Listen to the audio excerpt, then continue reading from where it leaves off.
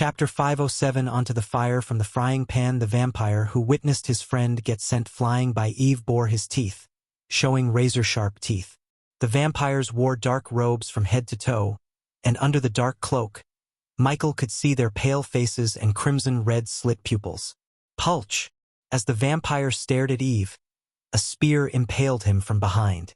Alicia lifted the vampire with her spear in the air and let heaven's flame completely engulf the vampire. The vampire burnt to a crisp in a matter of seconds as the wind took the gray ash with it. The two girls stole Michael's thunder. But Michael was calm. Surviving the vampires was more important than showing off. End of the day, being alive was the most badass thing one could do. Eve. Before Alicia could lock her eyes with Michael, Jennifer landed on the VIP stage beside her sister. Jenny. Eve embraced her little sister in a tight hug. Jennifer's face was pale because of what she had witnessed. The young girl was terrified. Michael could see her body trembling uncontrollably. Unlike her sister Eve, she was not a warrior trained in combat. She was an alchemist. Her fear for blood and gore was the exact reason the Voldegards spent their resources to make her an alchemist instead of a warrior. Teacher. After Jennifer, Leylon landed on the stage. Seeing the four remaining vampires turning their focus to Alicia and Eve from Gabriel and Asian, Alicia took a step forward, grabbed her spear in two hands tightly, and locked her gaze with the four vampires approaching her. Michael remained still and stepped towards the door. In the corner of his eye, he noticed the golden Babaru running around, attacking the vampires and clearing the way for the people to escape.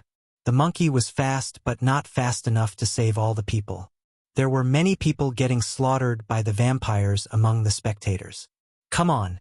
While Alicia was fighting four vampires at the same time, Michael reached the door with Olivia and Eve following him behind. Alicia noticed Ghost ignoring her, and her eyes immediately got filled with fury. Arg! Alicia roared as she slammed the spear onto the stage, creating a powerful shock wave that knocked down the vampires, as well as everyone except Michael and Eve. Bitch, one of the vampires snarled. Then, he dashed at Alicia faster than ever before. Michael noticed the vampires finally taking the fight seriously. Their inhuman speed stunned Alicia. Michael, who fought Victor, knew their speed. In a blink of an eye, the vampire appeared behind Alicia. On the other side, the three vampires flanked Alicia from all directions. That bitch is dead, Michael amused inside. One less ally for Noah was one less enemy for him. While this was happening on the VIP stage, Noah was fighting the vampires on the ground. Fortunately, the vampire in the air observed the fight, not intending to join the battle himself. The more people the vampires killed, the bigger the shroud of red mist around him. Holy blast, holy blast, holy blast! Leylon kept shooting plasma blasts in all directions hoping to hit the vampires. Arg! After several tries, he hit something, but it wasn't a vampire. He hit Alicia, who was fighting for vampires. With a stomp to the ground, Eve knocked down several chairs and pushed down Jennifer's head. Stay here. Then Eve leaped into the air, raising her hammer in the air. Boom! A vampire was about to bite Alicia in the neck when Eve brought the wrath of her hammer down on him. Immediately, the four vampires dashed away, sensing the impending danger. However, when Eve's hammer hit the stage, a shock wave that was several times more powerful than the one Alicia created blasted everyone and everything. Even Michael stumbled and had to grab the wall to steady himself. In addition, the hammer made several cracks on the stage. Looking at the cracks widening, Michael didn't think the stage could withstand another attack. While Eve was spinning her hammer and creating a wind force that slowed down vampires, Michael went to the door, which was covered by the red mist. Get out of my way! Michael shoved Gabriel away from the door. Bastard! Gabriel almost lost his balance and was enraged by Michael's action. Paying no mind to Gabriel, Michael placed his hand on the smoke. Michael felt a suction force as he put his hand through the mist. Michael conjured the dark flames inside the smoke. Crack! The red smoke faded away as soon as the dark flames appeared in his hand, revealing the door. Bang! Michael kicked open the door to see several dark-robed vampires feasting on Eve's guards. At that moment, they all glared at Michael, blood oozing down their mouths. For a moment, Michael remained still at the doorway, pondering whether he should exit through the hall with 20 vampires or through the open ground where a powerful vampire at. "We can't fight them for long," Eve said to Alicia while swinging her hammer around her to keep the vampires from taking a bite off her. Since Michael opened the door, Aishan prepared to drag Alred's lifeless body with him to the door. "Shit!" Leylon cursed when he saw the 20 vampires standing in line across the hall from one end to another. The marble floor and walls were tainted with splashes of red. The sickening sight of bodies with eyes still opened lying around nauseated Leylon. His face immediately turned green. "You doomed us." Gabriel didn't fail to take a shot at Michael as he took a step back from the door. "You want to go that way? Be my guest?" Michael coldly said before stepping into the hall. Compared to the countless underling vampires and an elder vampire, battling the 20 vampires in the hall seemed a better choice. Unlike Noah, Michael didn't wish to reveal he had primordial flames.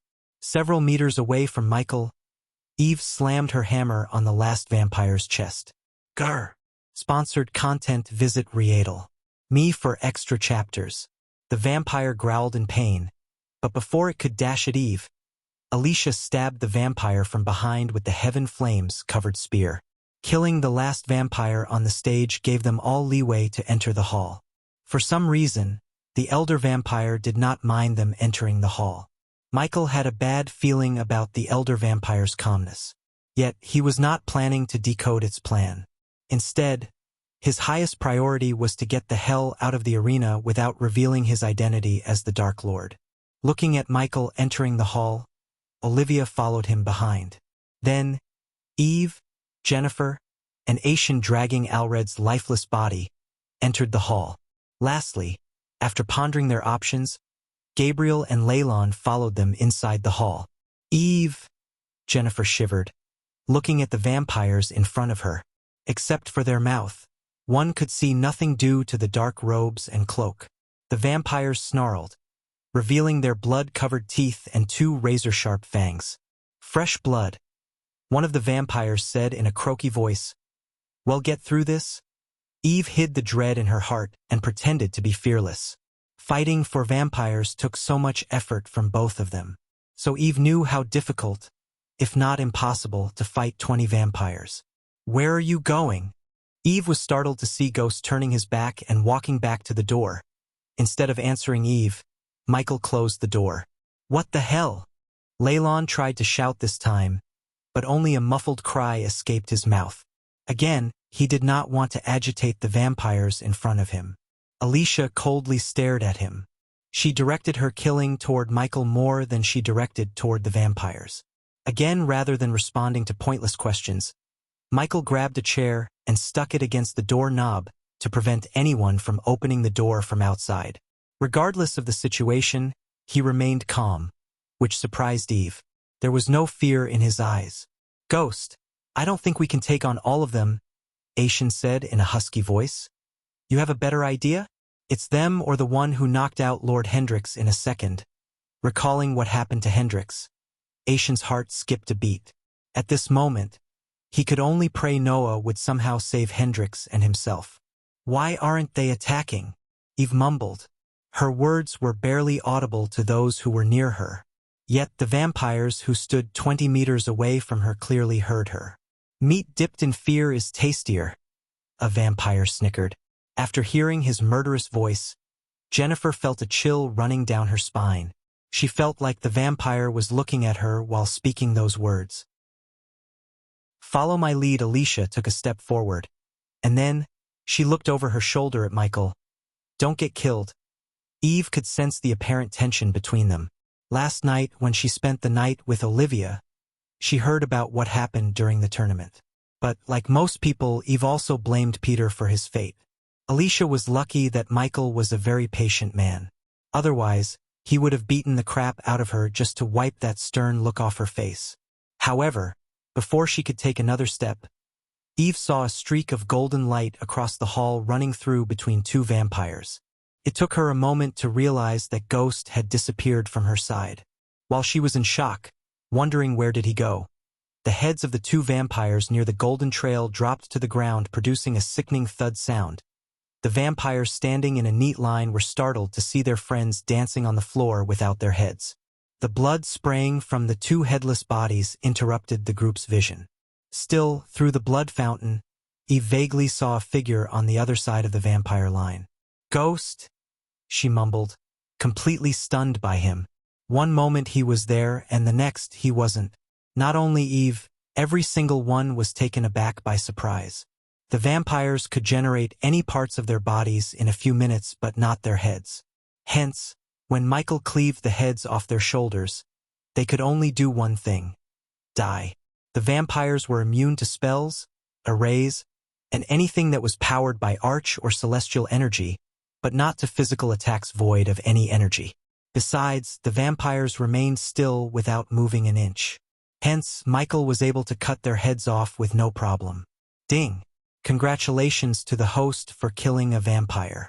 The reward is 100,000 experience points and 3,000 badass points. Ding! Congratulations to the host for killing a vampire. The reward is 100,000 experience points and 3,000 badass points. All the vampires turned around to see Michael staring at them with his two black swords in his hands. Chapter 508: Accident or Assassination. Just like that, Michael killed two vampires. Then, while the vampires were stunned, Michael took a glimmering silvery vial from the system storage. Clang! Michael threw the vial at the ground near the vampire. The vial shattered until countless tiny pieces of glass as a puff of white smoke engulfed the air between Michael and the vampires. It burns. My eyes! Suddenly, the vampires began running around the hall, clenching their eyes and screaming. After taking Victor's blood samples, Michael brewed the tear gas to disorient the vampires. Michael did not dare to waste any time as he cast the lightning dash. This is our chance. Push forward. Eve raised her hammer, roaring a battle cry before running toward the vampires, swinging her hammer. Cut their heads off. Eve felt a chill when she heard Ghost's voice sounding in her ears. It took her a second to realize that he had run past her, and she just couldn't see him but only the golden trail beside her. While Eve, Alicia, and Ghost were fighting the disoriented vampires, Gabriel and Leylon made a break for it. They cautiously went to the hall's corner and walked to the other side, remaining so close to the wall like a pair of geckos. Blood tornado, blood hole among the 18 vampires. Two of them stopped running and raised their hands high in the air, casting a spell before Michael could stop them. As soon as they cast the spells, the room was lit with red, as though the chandeliers radiating red light instead of white.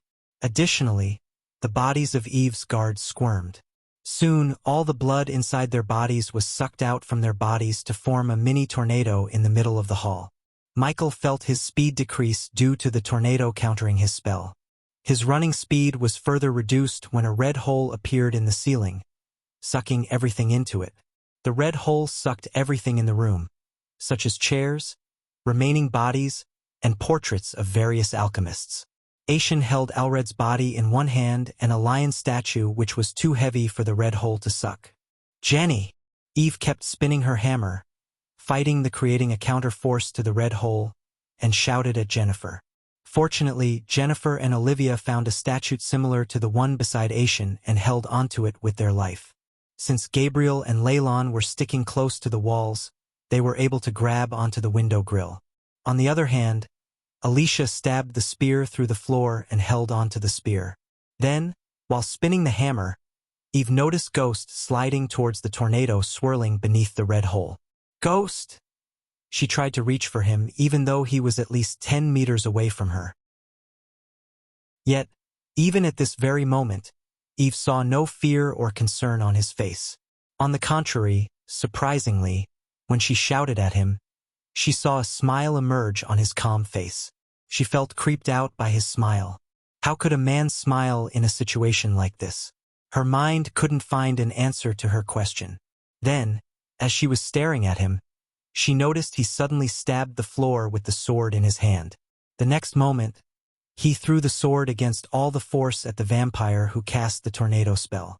The sword he threw soared through the air like an arrow until it pierced the vampire's forehead. Immediately the tornado disappeared from existence along with the sickering red ambience. Although the tornado went away and gave them breathing room, the remaining vampires were able to dash at them freely. Unlike Michael and the others, the red hole didn't have any effect on the vampires. Several vampires targeted Alicia since she had Heaven's Flame. They wanted to kill her while she was fighting the suction force. Only a couple of vampires targeted Eve because the vampires deemed her as the less threatening one among them. Her blunt weapon was basically useless against them when she fought them alone without Alicia. All the remaining vampires moved towards Michael. As far as they were concerned, he was just as dangerous as Heaven's Flame-wielding Alicia, if not more. Seeing 5 vampires moving towards him, Michael raised his finger. Ignitia, the golden lightning bolt shot out of his hand, piercing through the vampire's chest. ARGH! Out of the blue, a scream reverberated in the hall. However, it didn't come from the vampire with the hole in his chest but from Gabriel. Unfortunately, Gabriel was in the lightning bolt's trajectory and got hit by the bolt in the hand. Hence, he let go of the window grills, resulting in him being sucked into the red hole. "Teacher!" Leylon shouted at Gabriel, but it was too late as Gabriel was flinging towards the red hole. He flew towards the red hole like a kite without an anchor until Alicia grabbed Gabriel by his hands. "Don't let it go!" Gabriel shouted. On the other hand, Alicia's spear began to tremble as it couldn't support 2 people. Ignitia, Michael kept firing lightning bolts at the vampires to keep them from reaching him. This time, none of the lightning bolts hit others. "Your hands, slipping," Gabriel shouted, feeling his grab loosening. "Blessing hands." Suddenly, a giant golden ghostly hand flicked Gabriel with enough force to send him flying onto the other side. "I got you." In the midway, Michael grabbed Gabriel by his hand before Gabriel could fly over his head. "Teacher!"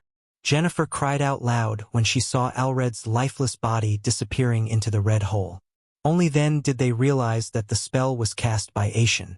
He sacrificed Alred's body by letting him go so he could cast a spell to save Gabriel. Aishin held no love for Gabriel, but he was unable to let Gabriel die when he could save Gabriel from death. Tears gushed out of Jennifer's eyes as the memories she had spent with Alred flashed across her eyes. "Hold me tight," Gabriel shouted at Michael. The swag Gabriel had was nowhere to be found on his face. At the moment, Gabriel shivered and sweated, fearing for his life. "I want Lord Gabriel," Michael raised his voice. Gabriel's heart was pounding against his chest. He looked around while holding onto Ghost's hand to see for vampires walking toward them. To inflict maximum fear, the vampires showed their teeth, slowly walking toward them. On the one hand, Michael held onto the sword, and on the other, he had onto Gabriel. "Hold tight, Lord Gabriel. Your hands are slipping," Michael shouted as the vampires devilishly grinned. "No, no, no, no!" Gabriel frantically shook his head. But, unlike Ghost claimed, he didn't feel his hands slipping. For a moment, Gabriel saw Ghost's lips curling upwards, revealing an evil grin. "It's slipping, Lord Gabriel. I can't hold much longer." The grin instantly disappeared from his face. "And oh!" Gabriel shouted as Michael let go of his hands. In a blink of an eye, the red hole sucked in Gabriel, killing the previous #1 alchemist of Elon and Azer continent. Sponsored content. Visit Readel.me for extra chapters. Arc. Finally, Alicia had enough. The next moment, she pulled the spear from the ground. As soon as she did that, the red hole sucked her in, but in the mid-air, she threw the spear at the vampire who cast the spell. The spear cut through the air with enough force to nail the vampire into the wall behind him. Luckily, before she could disappear into the red hole, Heaven's flame surrounding the spear rendered the vampire into a pile of ashes. "Teacher, no!" Leylon screamed. All the veins in his face bulged as his eyes turned blood red. "Holy blast, holy blast, holy blast, holy blast, holy blast." He was enraged by the loss of his teacher. Thus, he went berserk by shooting plasma blasts at the vampires one after another. He didn't care if he was hitting them or not, but he just kept casting the spell. In his anger, Leylon lost the fear of vampires. the man who picked up from the streets and raised him as his own just got killed in front of his eyes. Hence, Leylon was enraged beyond words. Since the tornado and the red hole disappeared, Michael cast lightning dash to disappear again. Pulch! Pulch! Pulch! The vampires only felt a gust of wind before they saw their friends losing their heads. Michael used celestial energy to increase his speed. Therefore, the vampires had no chance of seeing him or reacting to his speed. Eve saw several heads rolling on the ground as the headless bodies sprayed blood all over the marble floor before collapsing to the ground. Ding! Congratulations to the host for killing a vampire. The reward is 100,000 experience points and 3,000 badass points. Ding! Congratulations to the host for killing a vampire. The reward is 100,000 experience points and 3,000 badass points. Ding! Congratulations to the host for killing a vampire. The reward is 100,000 experience points and 3,000 badass points. Ding! Congratulations to the host for killing a vampire. The reward is 100,000 experience points and 3,000 badass points. Congratulations to the host for leveling up. The current level is Soul Refining Stage Level 4. The notification sound of the system kept ringing in his head continuously. Finally, after cleaving 9 heads, Michael reached the next level of the Soul Refining Stage. The remaining 5 vampires looked paler than usual in fear. No longer they treated Michael like he was not a significant threat. They never expected Michael to kill 9 vampires in a few seconds. If the vampires crossed the void line, they would be at the core formation stage. Besides, they were also freshly turned by the elder vampire, so they had no battle experience like the others. Because of these reasons, Michael killed them so effortlessly. Even Michael was surprised at how easy it was for him to kill them. At this point, Michael was confident the elder vampire was treating the alchemy competition as a training ground for the newly turned vampires. The question was whether the elder vampire really here to take revenge for exposing their existence or for something else. Arg! Meanwhile, Eve crushed a vampire's head with her hammer, and Alicia killed 2 more vampires with lightning-quick speed. The remaining vampires stood no chance as Michael made quick work on them. The headless vampires staggered as blood sprayed out into the air from their necks. While the blood was raining down, Alicia saw Ghost walking calmly towards Eve. The latter was breathing heavily after a long battle. However, the battle was far from over. Boom! Suddenly the wall near the door they walked through exploded into bits and pieces, creating a cloud of smoke. A figure came flying through the smoke and landed near Alicia. Noah! Chapter 509. Taking a risk to get stronger. Michael saw Noah coughing mouthfuls of blood while struggling to get to his feet. His pure white robes were smudged with mud and blood.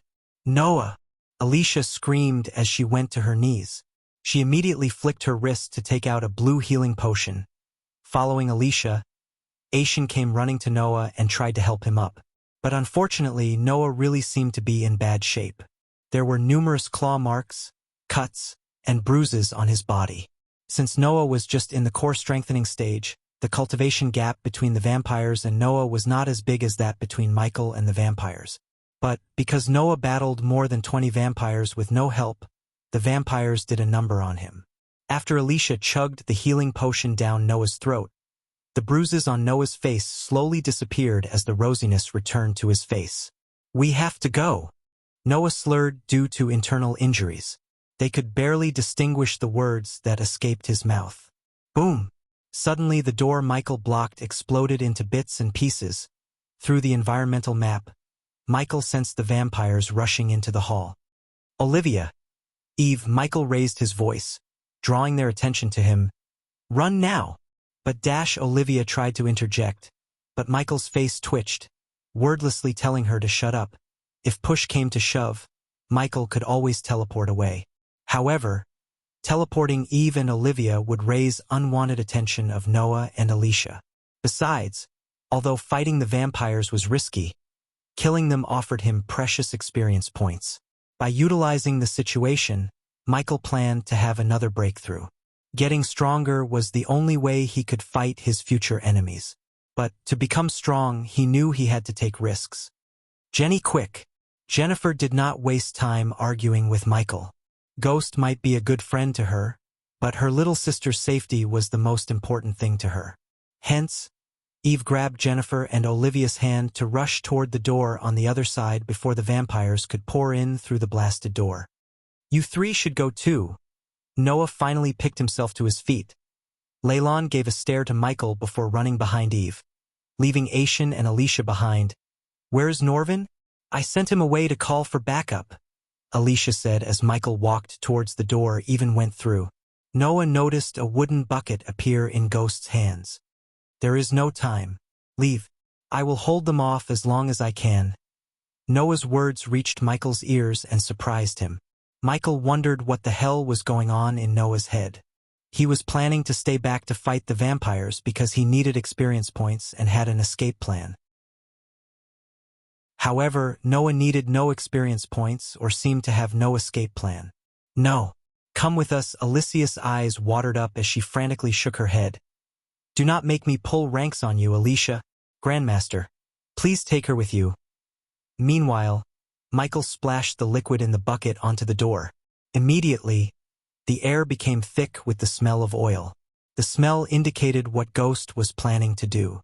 Noah pushed both Grandmaster Aishan and Alicia towards the door. Why are you staying behind? Noah asked Ghost. To Noah, Ghost staying behind was a surprise. Alicia forgot to throw a death glare at Michael in her concern about leaving behind Noah. Where are you, Piggy? The bone-chilling voice of the elder vampire sounded in their ears. I can't let you have all the fun, Michael responded to Noah with a smile. Then the moment Alicia and Aishan stepped outside, Michael closed the door.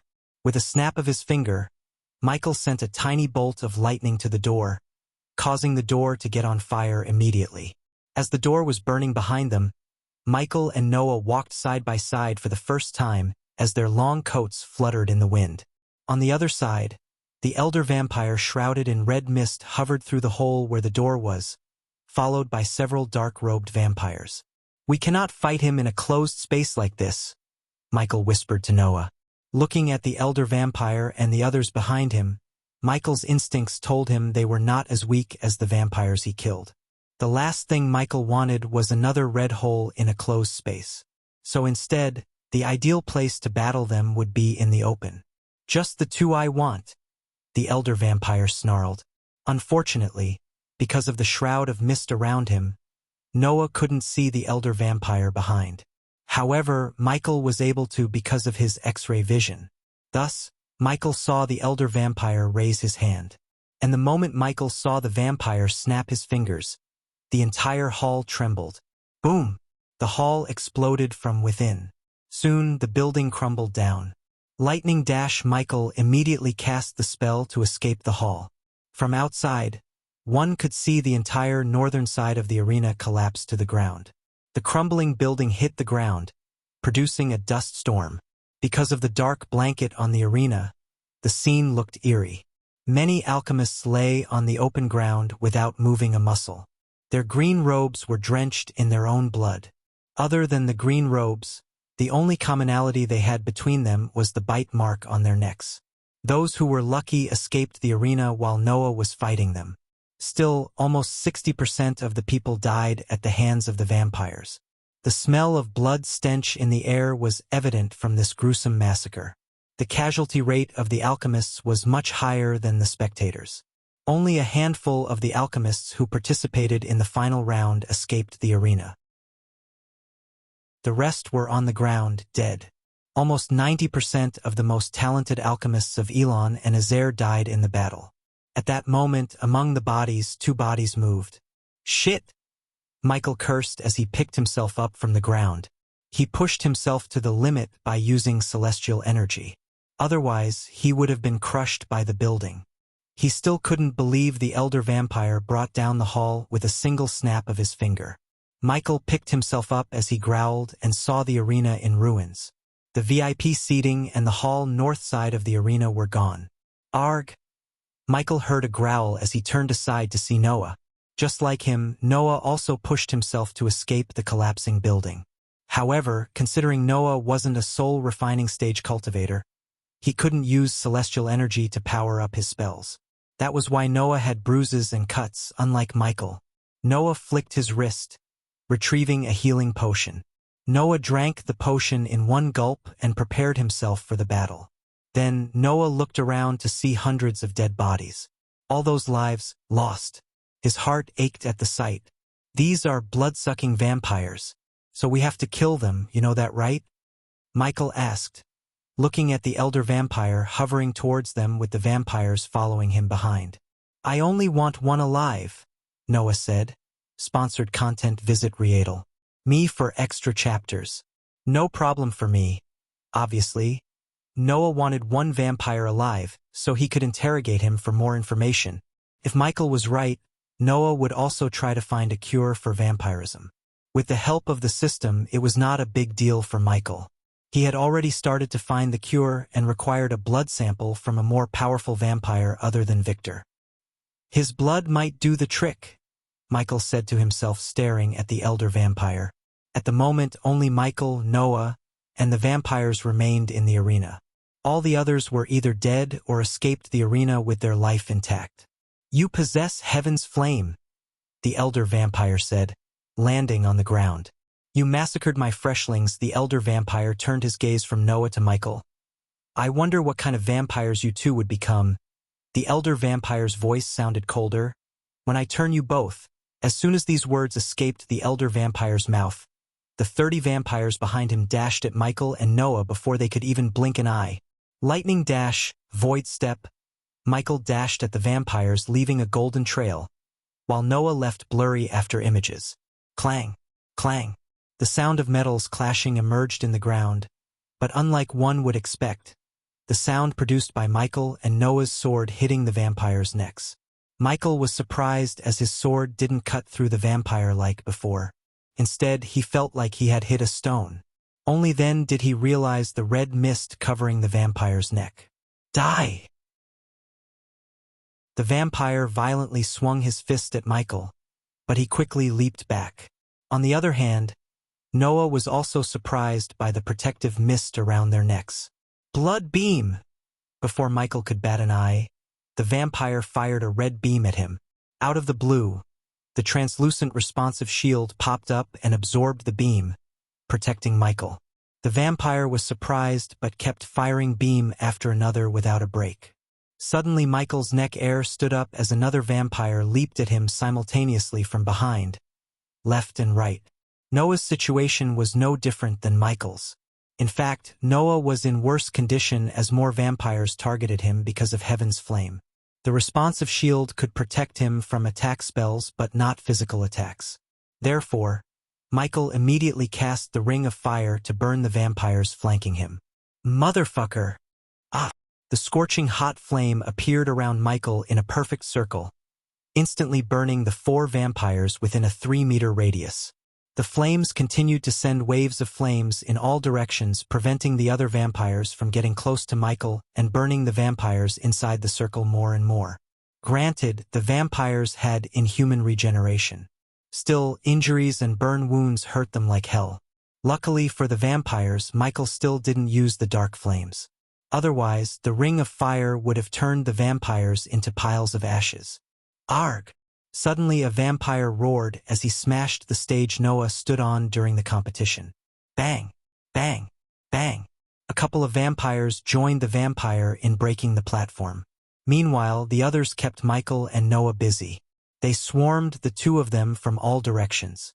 They kept smashing the platform until the platform cracked open. Then, after cracking open the marble platform, the vampires ripped apart a huge 10-meter-long marble slab. Boom! Shit! Michael only saw blue before he was sent flying by the marble pillar. In midair, he coughed up blood as the APD immediately sent a healing potion into his bloodstream to heal his body. The vampires swung the marble pillar again as fast as they could and swatted Noah like a bug. The next moment, Noah's body violently screeched through the ground, creating a clear trail. Chapter 5 10 Gods in Action. The vampires split the marble pole into 2. Some vampires grabbed one hand and ran to Noah while the others leaped into the air above Michael. Fuck! Michael saw the vampires bringing down the marble pillar to crush him like a bug. Lightning dash. Immediately Michael dashed out of the way. Boom! When the vampires brought down the pillar, the shock wave created a mini explosion and a dust storm around the area where Michael was a moment ago. Meanwhile, on the other side, the vampires treated the heavy marble pole like a wooden club and tried to smash Noah. Light blast. Noah raised his hand, seeing the pillar coming down on him. Boom! The blast of light beam shot out of Noah's hands obliterated the pillar into bits and pieces. Still, the beam of light wasn't powerful enough to stop the vampires from smashing him with the marble chunks. Cough! Noah coughed up blood when a huge chunk of marble landed on his chest. Michael was surprised to see Noah getting beaten up by the vampires. However, when he pondered for a moment, everything made sense to him. The vampires drew power from darkness, just like him. Only, he didn't cast Death Range to strengthen his powers since he didn't want anyone to suspect him of being the Dark Lord. Noah, on the other hand, drew power from light. Although Michael had no concrete evidence that Noah was the god of light, he suspected it. The acne before him confirmed his doubt. If Noah was to draw power from light, it made sense why he was so weak at the moment. Because there was no light coming through the dark blanket in the arena. The entire atmosphere had an eerie red and black color to it, resembling hell. Since there was a lack of light, the darkness suppressed Noah's powers. In addition, he also used most of his energy fighting the vampires and saving the spectators. While the marble block pinned Noah down on his chest, 3 vampires leaped at him, showing their fangs. Their eyes were blood red, longing to drink Noah's blood. Michael may not know Noah was his brother, but when he saw Noah was in danger, the bond of brothers buried deep within him woke up as Michael dashed at Noah.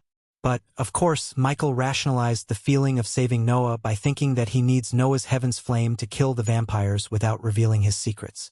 Before Noah could cast another spell, the marble chunk on his chest shattered into pieces, and a strong wave of wind blasted away the vampires leaping at him. Noah looked up and saw Ghost extending his hand. For some reason, Noah felt safe around him. Thus, Noah grabbed his hand and stood up. As soon as he grabbed his hand, Noah felt a sting in his palm. Then, a refreshing feeling surged from his core. Noah immediately felt better, and when he saw Ghost, he winked at him. "Time out!" Michael shouted at the vampires as they halted their steps. "Just give us a damn moment, okay? You guys are bullying us." The vampires were confused, and so was the elder vampire. Now, in regretting not running away, Michael's facial muscles twitched, showing his exhaustion to the vampires. What is he doing? Noah wondered.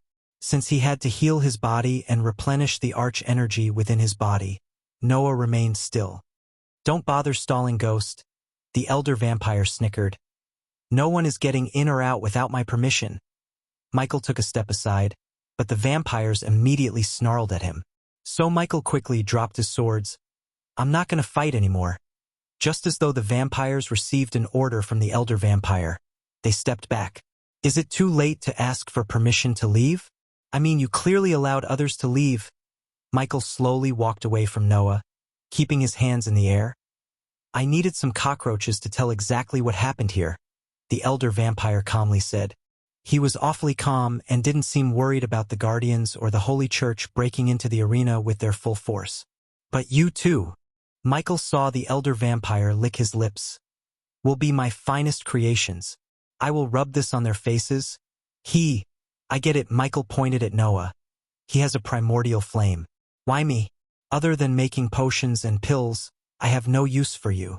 The man you tried to kill was a better alchemist than me." Michael emphasized the words primordial flame and continued. "And I can run around faster." Again, Michael emphasized the words run and faster. Noah felt like Ghost was talking to him.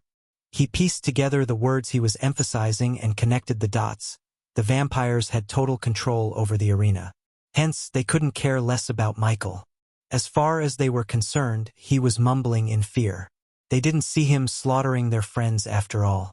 So they were oblivious to what he was capable of. "Can we make some sort of deal and work together?" Michael emphasized the words work together. "I can help you transfer primordial flames to you." The elder vampire frowned as Michael looked at his sword near Noah's foot. If Michael was right, the healing potion would have healed Noah by now. In the corner of his mind, Michael wished he had injected his Nanite's potion into Noah's bloodstream. However, he couldn't risk it. No matter what Noah must not find, Ghost was the Dark Lord. Michael wouldn't do anything that would jeopardize his identity. After all, Noah wasn't alone. He had Andreas with him. Primordial Flame chooses the host, not the other way around. Today you will be turned. Then, you will obey every single command I have for you. Damn it, I love my freedom so much. Not to boast, but I rejected the Guardians because I don't want to work for them, Michael sighed. Soon they will all work for the great nation of Evernight. Everlight was the rise of the legendary Emperor's MC's nation. And you too will be our slaves? The elder vampire coldly snickered. Do you know something? Michael lowered his hand while his expression changed from being afraid and exhausted to cold and murderous. If one thing I hate the most, it's slavery. Now, Michael shouted as he dashed at Noah as fast as he could. Sponsored content, visit Riedel. Me for extra chapters. Before the vampires could react, Noah stomped the ground to raise Ghost's swords in the air. Noah waved his hand when the swords were at his eye level, sending a stream of heaven's flame onto the swords. Immediately, the bright blue flame coiled around the two black blades. At the same time, two vampires dashed at Noah, flanking him from both sides. They were fast, but Michael was quicker because he didn't hold back. Instead, he used all the celestial energy in his body, pushing his speed to maximum. Just when the vampires were just a meter away from Noah, Michael grabbed the two swords in the air. Whoosh! Whoosh! The elder vampire saw two heads flying towards him. He was shocked by Ghost's speed. Ding! Congratulations to the host for killing a vampire. The reward is 100,000 experience points and 5,000 badass points. Ding! Congratulations to the host for killing a vampire. The reward is 100,000 experience points and 5,000 badass points. The headless bodies staggered around, spraying blood before collapsing to the ground with a sickening thud. Compared to Dark Flame's, Heaven's Flame was much weaker and way less potent. Hence, it didn't melt Michael's swords as Michael expected. Since his sword was on Heaven's fire, they cleaved the heads through the mist like a hot knife through butter. At that moment, the vampires raised their hands. Blood beam! Several beams of crimson red light shot out from their hands towards Michael and Noah. Seeing the beams, Michael remained closer to Noah as the responsive shield absorbed all the beams, rendering them pretty much useless. Pulch! Suddenly Michael felt a hot splash of blood on his face. When he turned aside, Michael saw Noah's hand sticking through a vampire's head. The vampire sneaked up on them, but Noah killed him before he could reach Michael. Realizing Michael's defense spell protecting them both, the vampires changed their battle tactics. They all just dashed at them from all directions. Give me the sword. Michael handed his sword to Noah after he asked. The vampires closed the gap in a blink of an eye. Anyone in Noah and Michael's shoes would barely see their blurry figures. But Noah and Michael remained calm and worked together. When they reached closer, Noah and Michael stood closer with their backs against each other. Clang, clang, clang. Michael and Noah swung their swords, rotating and deflecting the vampire's claws. The faster they moved, the blurrier their figures became to the vampires. From the aerial view, one could see the two of them vaguely forming a yin-yang symbol. For the first time, they fought together. The darkness and light fought against a common enemy. Even powerful entities such as vampires couldn't touch both of them.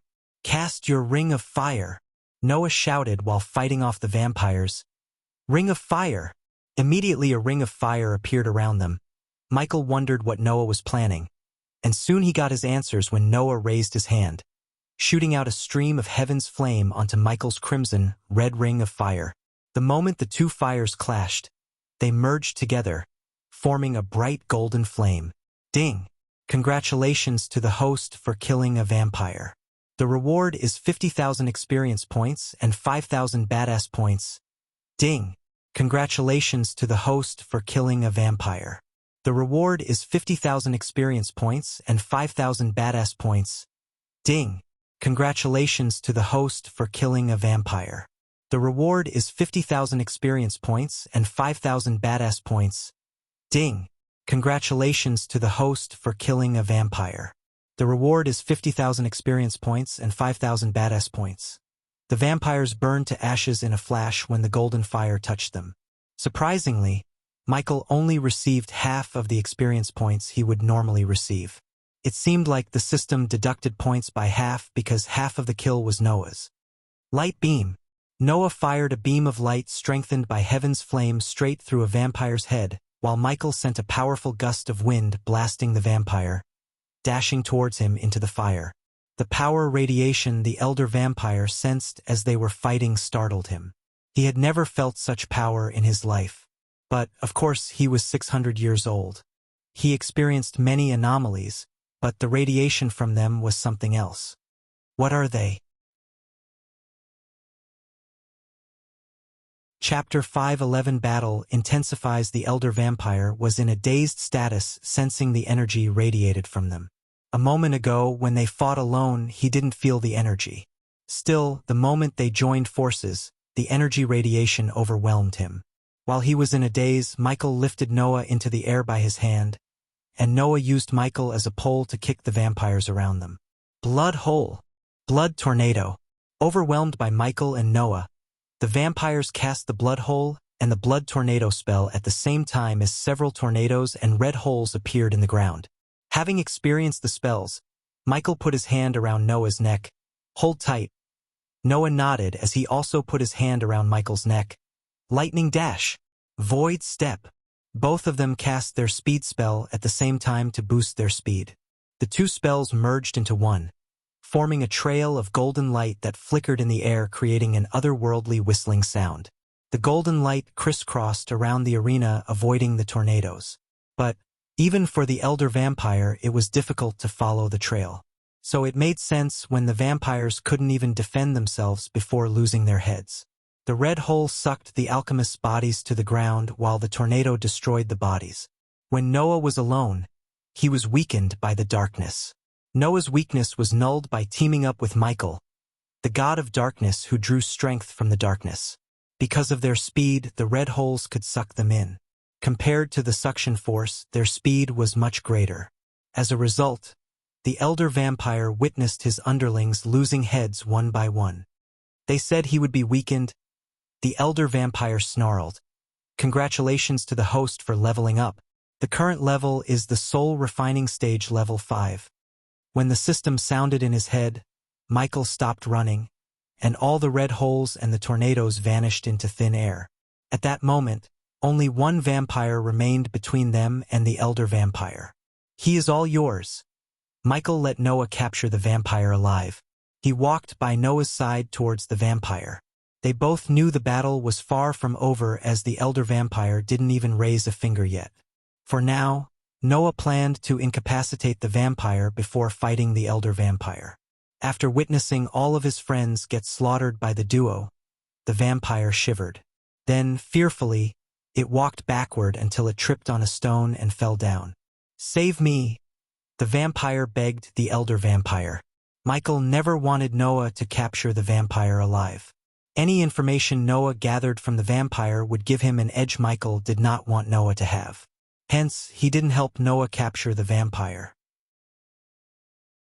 However, he could have simply injected the vampire with a paralyzing poison he hit Victor with. Come here! The elder vampire softly spoke to the vampire. The vampire quickly picked himself up from the ground and dashed to the elder vampire's feet. And oh! Noah dashed at the elder vampire, but it was too late. First, the elder vampire engulfed the vampire in his red mist. Then, with the X-ray eyes, Michael saw the elder vampire's tongue drilling into the vampire's mouth as the vampire squirmed like a fish out of the water. In a couple of seconds, a mummified body hit the ground. Then, finally, the red shroud around the elder vampire slowly cleared up to reveal his complete physical form. The elder vampire had a bloated carcass with several yellowish tumors leaking a green goo. His body was at least 4 feet wide and 6 feet tall. The inflated belly looked like the elder vampire swallowed a whole gym ball. Now Michael fully understood why the elder vampire chose to surround himself with a misty shroud. Just the disgusting belly button alone would make anyone puke to death. On top of everything, the elder vampire was naked. The last thing Michael needed was a sight of what was between his legs. Luckily for them, the vampire's inflated belly was big enough to cover his crotch. Not that vampires had reproductive organs. Still, Michael did not wish to see that. Several strands of mucky blonde hair on the vampire's bald egg-like head creepily waved left and right to the wind's rhythm. His dirty eyes with vertically slit red pupils stared at both menacingly. Looking at his unappealing body, Noah couldn't help frowning. He had never seen such a hideous creature in his life, and he had traveled to many realms and fought countless ugly creatures. When you want something done, you have to do it by yourself, the vampire snarled. Light blast! Noah raised his hand without warning, sending a light beam blast at the elder vampire. Noah was fast, but the elder vampire was faster. Hence, the vampire raised his hand as a translucent energy shield materialized before him and blocked the light beam. Heaven's flame. It's a pity I can't take it from you. The shield blocked the light beam strengthened with Heaven's flame. Chantless spell casting, Michael mumbled. It seemed as if the elder vampire was either a fusion stage cultivator or a prodigy, or the elder vampires were able to cast spells without chanting. System, you know the drill. When the heat gets too much to handle, teleport me away, Michael said to the system in his mind. Noted this was Michael's plan B. In case the elder vampire overwhelmed them, the system would buy a teleportation scroll and teleport him away from the arena. Else, he planned to battle and kill the elder vampire. His blood might be just the thing Michael needed to find a cure for vampirism. Moreover, he was curious to see how many badass points he would get after slaying the elder vampire. Void step. Unlike Michael, who stayed behind scheming in his head, Noah dashed at the elder vampire. Clang, clang, clang. Noah swung the sword covered with Heaven's flame at the shield. Although the shield flickered, the shield did not break until a fist poked through the shield. Boom! Noah blocked the fist with his sword. However, the force behind the punch overwhelmed Noah as he was sent flinging in the air. The lack of light really suppressed Noah's power, and without Michael by his side to fight, Noah stood no chance against the elder vampire's punch. This didn't mean Michael could battle the vampire without breaking a sweat. In a blink of an eye, the elder vampire dashed at Michael after hitting Noah. Despite the elder vampire's bloated body, his speed matched Michael's speed when using the lightning dash. The elder vampire brought down his fist on Michael, who had his instincts kick in to block the punch. Michael put his arms before his face to block the punch, and when the fist collided with Michael's arm, a loud booming sound reverberated in the area. As the outcome of their collision, Michael's feet were pushed several inches into the ground. After that, the elder vampire repeatedly beat Michael like a drum. Sponsored content. Visit Readle.me for extra chapters. Boom, boom, boom. The elder vampire kept bashing him with his fists. Michael didn't even have a single second to breathe. To Michael, it felt like he was being slammed by an elephant. His forearm went numb by blocking the vampire's punches. If it wasn't for the APD constantly injecting him with healing potions, he would have been either dead or broken to pieces. At that moment, APD was the only thing keeping him from becoming a victim of the elder vampire. Enough. All of a sudden, Michael's eyes flared up for a second before he grabbed the vampire's hands. He manipulated the darkness, drawing strength from it to thwart the elder vampire's punches. Arg! Michael shouted as he fought against the raw strength of the vampire. The ground Michael standing on was cracking as his feet kept going deeper and deeper. RJ crying out loud. Michael punched the elder vampire in the belly using all his strength. Boom! The punch's force pushed back the vampire a few feet backward. One could see the ripples on the vampire's bloated belly and a tinge of surprise in his eyes. Void step. After Michael punched the vampire, Noah leaped at him in a flash. Soon, Noah appeared above the vampire's head and brought Michael's sword down the vampire's neck. Ring of fire. Immediately Michael cast the ring of fire to entrap the vampire within the circle. But, in midair, Noah held the sword in one hand and pointed the other at the fire, sending a stream of heaven's flame to the crimson-red fire. Noah and Michael's coordination and speed stunned the vampire. Before he could even react, the crimson-red fire turned golden. These golden flames burned many of his underlings to ashes.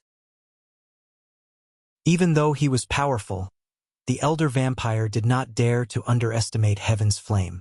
The elder vampire was a second late to react, resulting in Noah stabbing him in the shoulder. Bang! The vampire moved quickly to swat Noah away from his shoulder like a bug. Boom! Michael used the opportunity to dash at the vampire before punching him again in the stomach. Bang! With a single backhand slap, the vampire sent Michael flying just like Noah.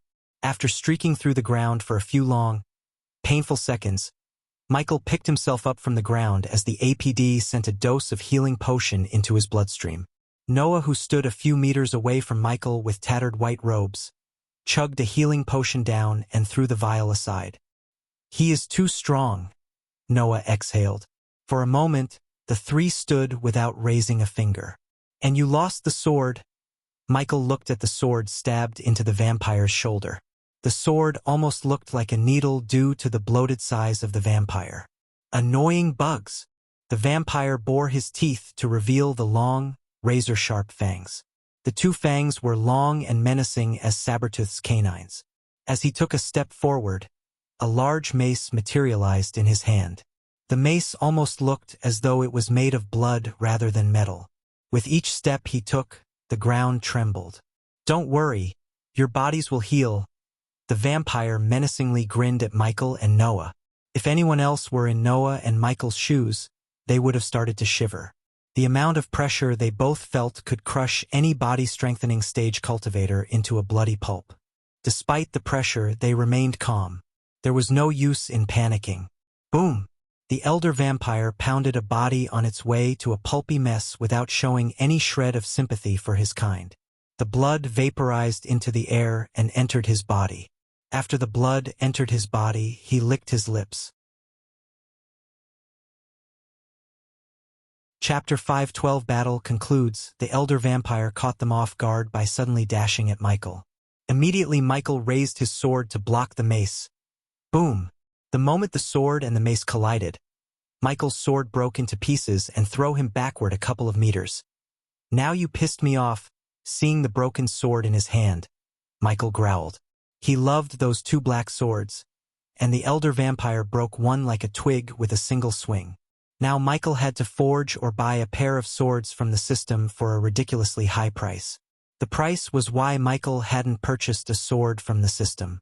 There were better choices in the auction houses than the swords in the system. Unfortunately, the system locked the ores behind an upgrade wall. So without upgrading the system to a certain level, Michael wouldn't be able to buy them. Instead of wasting his badass points on a pair of swords that could be outclassed by swords forged in this world, Michael used the black sword given to him by the Cain Elders.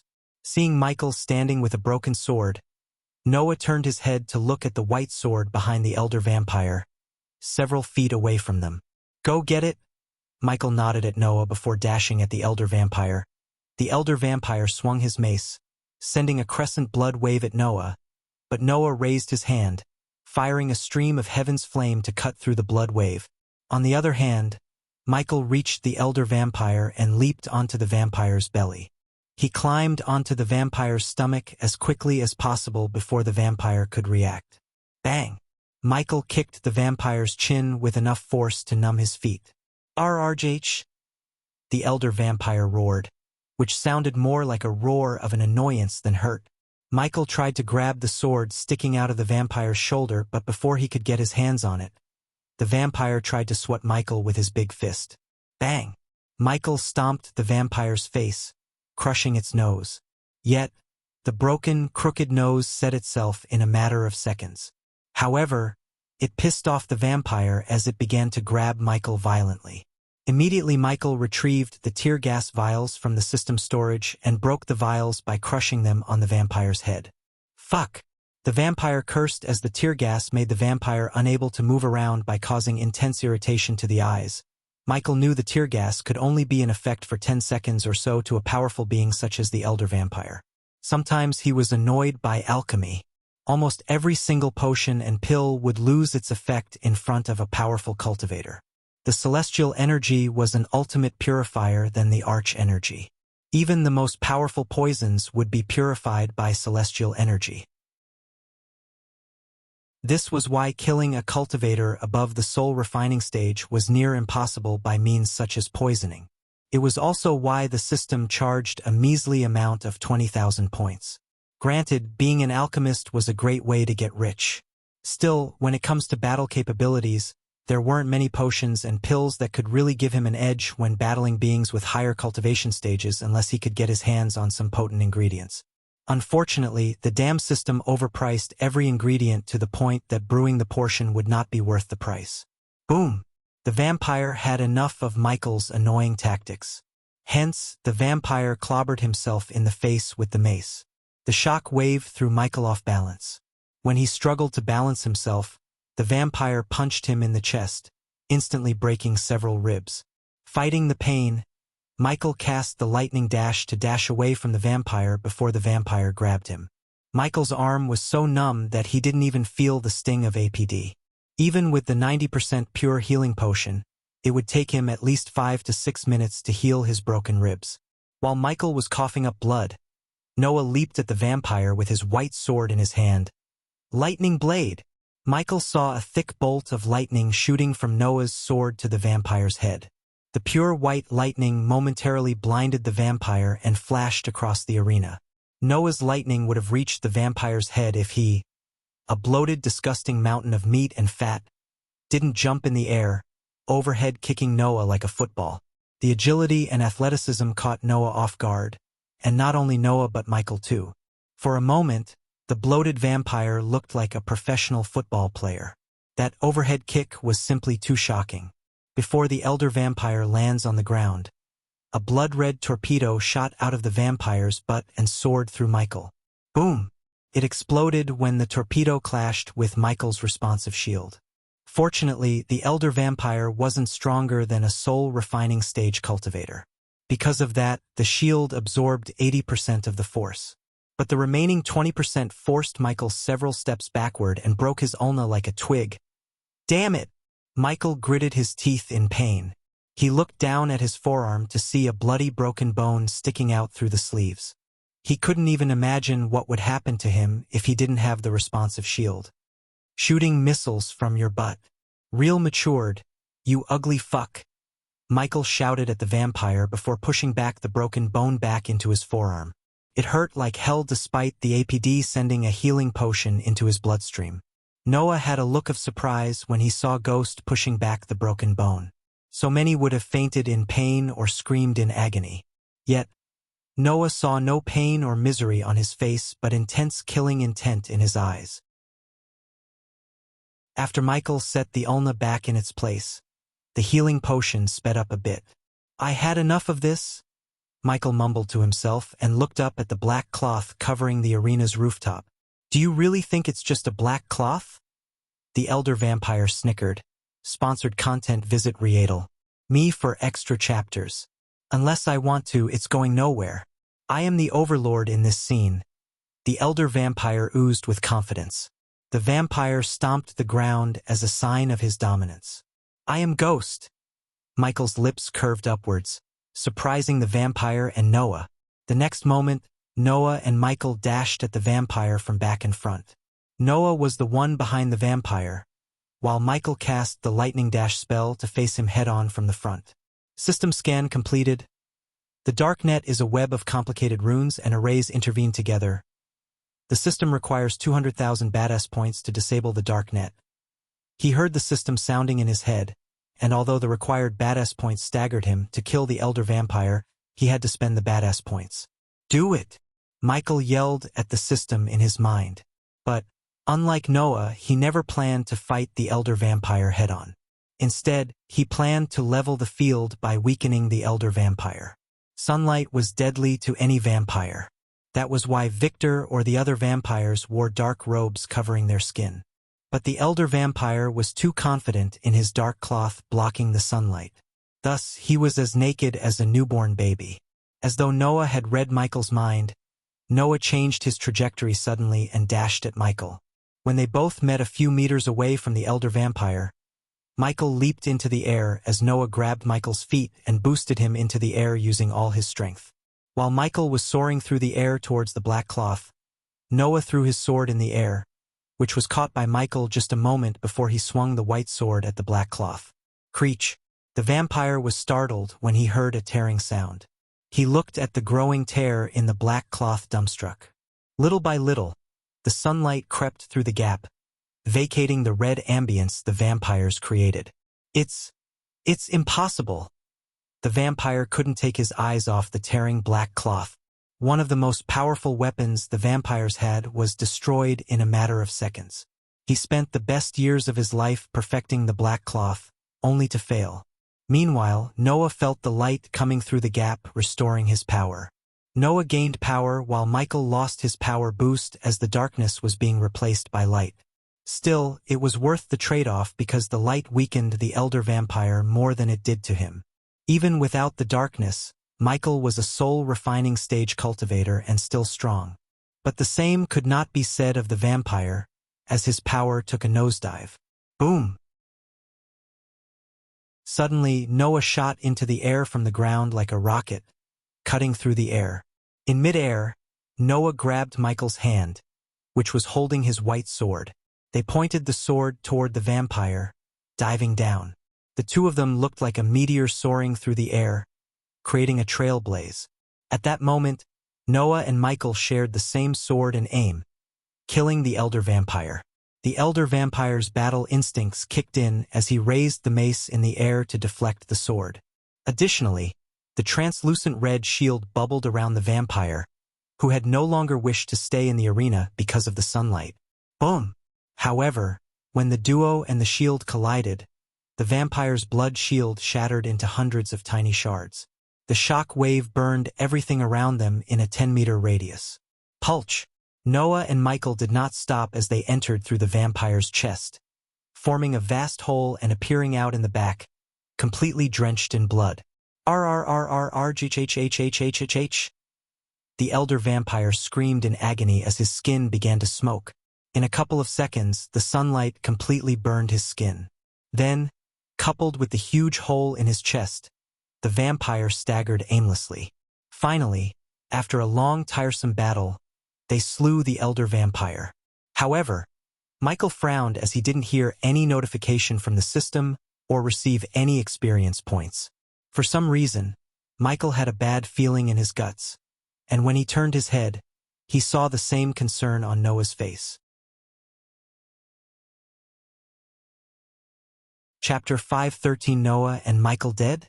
Noah and Michael stared at the fallen vampire without batting an eye. Then, all of a sudden, the vampire began twitching his limbs. Soon, his whole bloated carcass trembled violently as yellowish goo oozed out of the tumors in his body. The strong, putrid smell of ammonia and sulfur overwhelmed Michael's senses.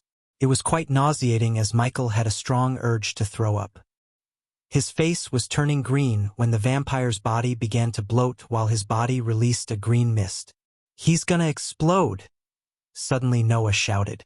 In a snap of time, Noah cast the void step, grabbed Michael by his hand, and dashed into the air.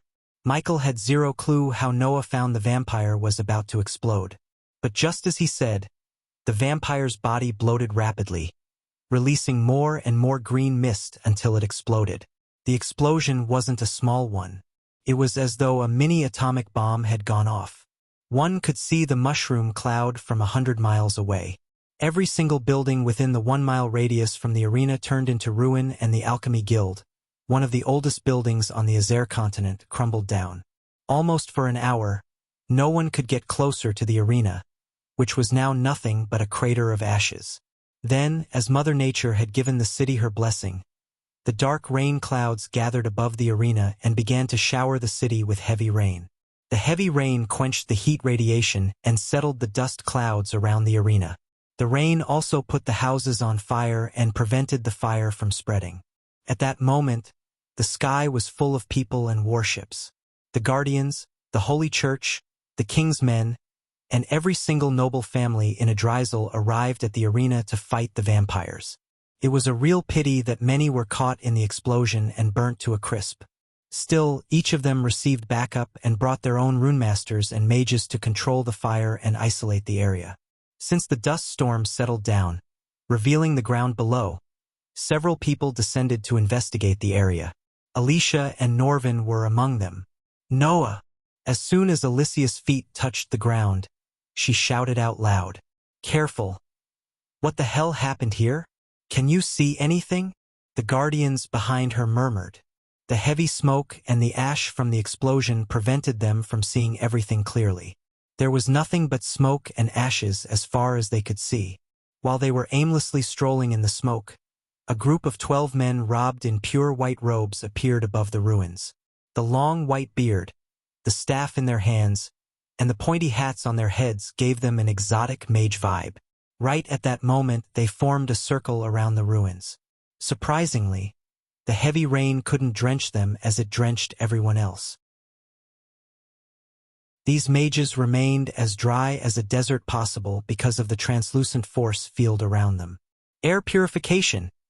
Each of them chanted the word as they raised their staffs in the sky. From each staff, a bright light shot to the sky and met at a center point, forming a radiant orb of light. A few seconds passed when the orb of light transformed into a spinning chakra with a mile radius. Countless indistinguishable signs and letters formed the chakra. The chakra's brilliance lit the entire city of Oxshore and provided the people the comfort they needed. As the chakra rotated, sucking the heavy smoke and ashes, the chakra swirled in the sky, purifying the air until Alicia and the others could vividly see what was in front of them, which was nothing but barren lands. Alicia couldn't recognize the place at all. She felt as though she stepped into a desert only with ash instead of sand. As far as her eyes could see, she found nothing, not even a brick. Look! Alicia immediately turned to the man who shouted to see a skeleton, and when the man touched it, the skeleton crumbled into white dust. Meanwhile, more and more people landed on the ground, including Olivia and Aishan. They joined in the search for Noah and Ghost. To be honest, only Olivia came to search for Ghost while the Guardians focused on finding Noah. But, deep down, Alicia wanted Ghost to be one of those skeletons. Since Olivia had no sway with the Guardians and they had already refused to search for Ghost, she began to run around the barren lands searching for her teacher. But, of course, if this happened in Elon, the entire river town and the Sunrise sect would have been on the scene. But unfortunately, Michael had no connections in the Azer continent. If anyone could survive this, it's Noah. Seeing Alicia's eyes watering up, Norvin gently patted her on the head. While they were scouring through the ashes, a group of 12 men dressed in silver armor with the crest of the Guardian Guild on their chest landed on the ground. The one who led the group was a tall, domineering elf with striking blonde hair. Tenulia Valrin, aka the Alpha Guardian of Hunter Guardians. I want every inch of this place searched. Coordinate with the Holy Church Guards. No stones unturned. Got it? Yes, Alpha Guardian. The Guardians behind Tenulia raised their voices, and each of them dashed in a direction to search the premises.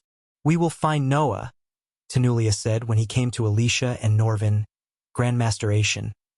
Tenulia then turned her gaze towards Aishan, who was still looking pale and terrified. How is Lord Hendrix? He is now stable.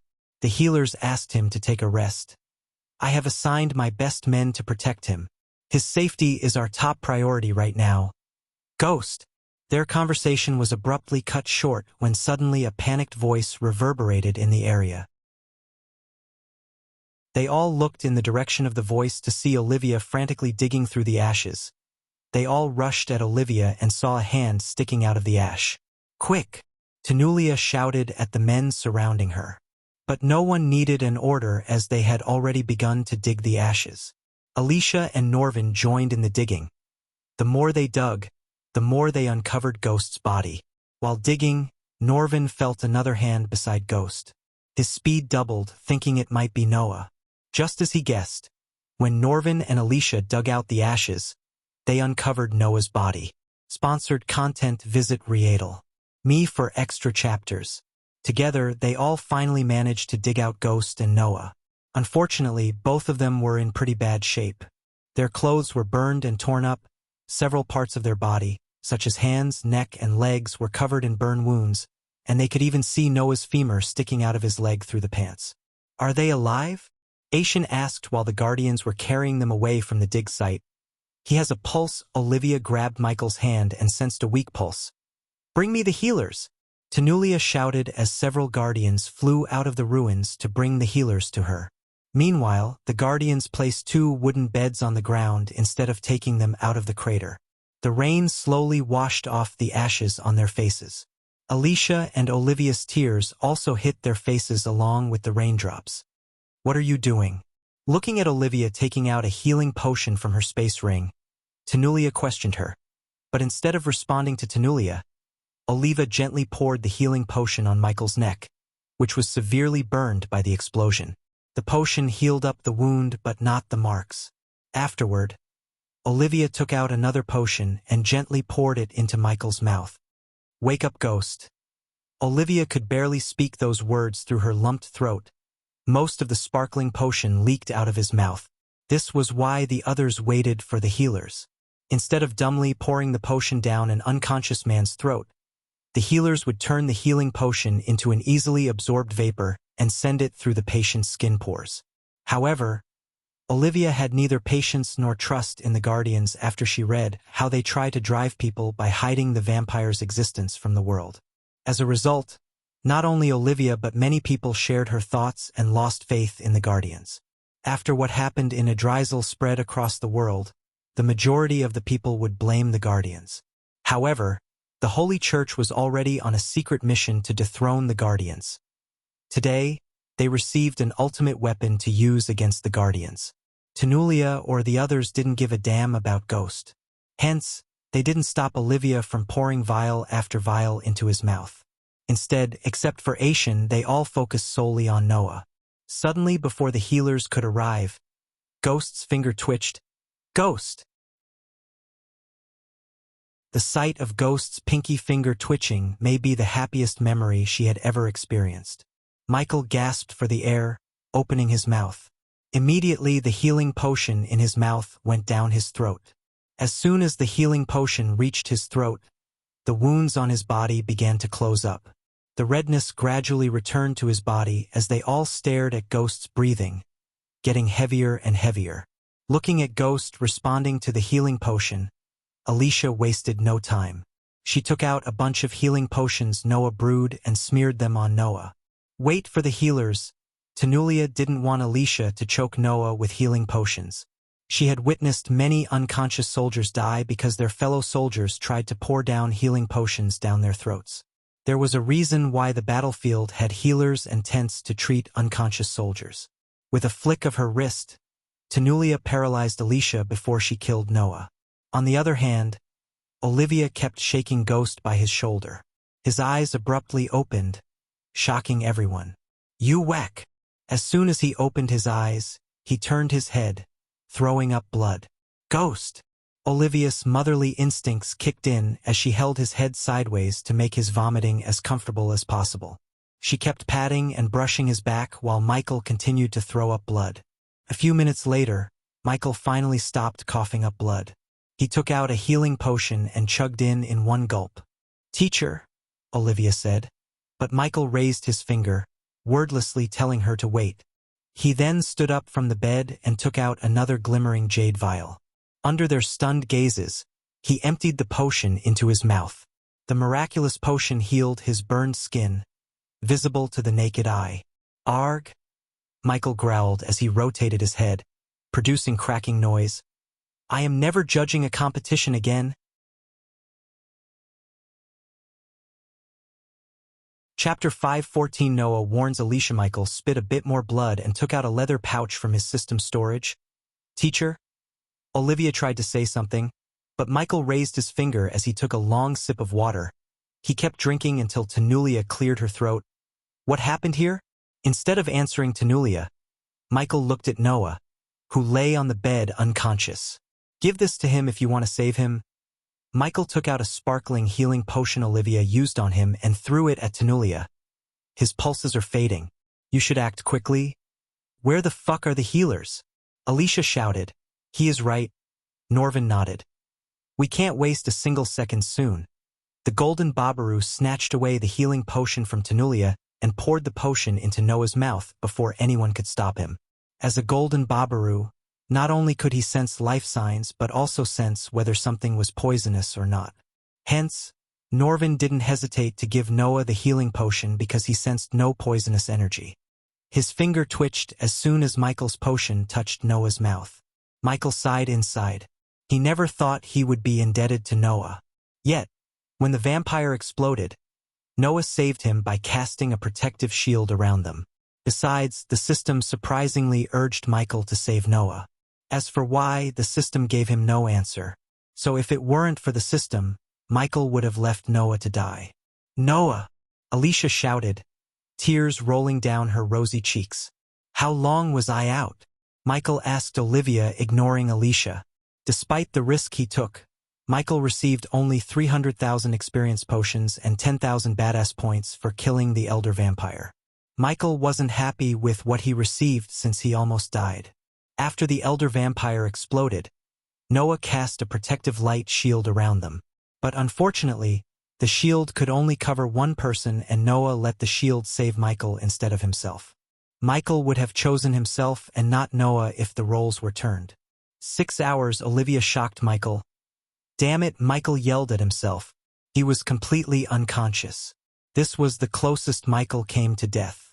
When he and Noah went through the elder vampire's body, he took a flesh and blood sample.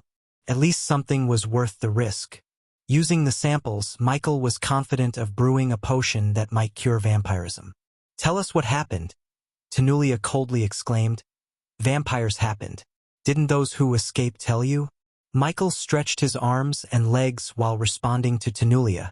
He looked down on him to see his clothes ripped and torn. The black robes now looked dirty brown. Under their gazes, Michael poured down the water in the pouch onto his head, washing the ashes off of his hair. Then he willed the system to equip a new set of robes. The explosion. Tell us about that, Tanulia asked, not minding he's changing his robes like he was going on a vacation. You know the one scary one who tried to kill Lord Hendrix? Michael asked, looking at Aishin as the old man nodded. He exploded. For a few moments, no one uttered a word until Norvin managed to find words. Why? Because we killed him. Who do you think cut open the blanket covering the arena? A glint of shock and surprise emerged in Tanulia's eyes. Michael expected her to be shocked. Obviously, the Guardians would have tried to destroy the dark cloth and failed. Michael paid a whopping 200,000 badass points to disable the runes and arrays into the dark net. If the system charged that much, there was no way the Guardians could have cut through the dark net in a short amount of time. Thus, her shock didn't surprise Michael. Cough. Subsequently, Noah coughed up blood just as Michael did. Michael was glad to see everyone was focusing on Noah instead of him. I assume your competition got the boot?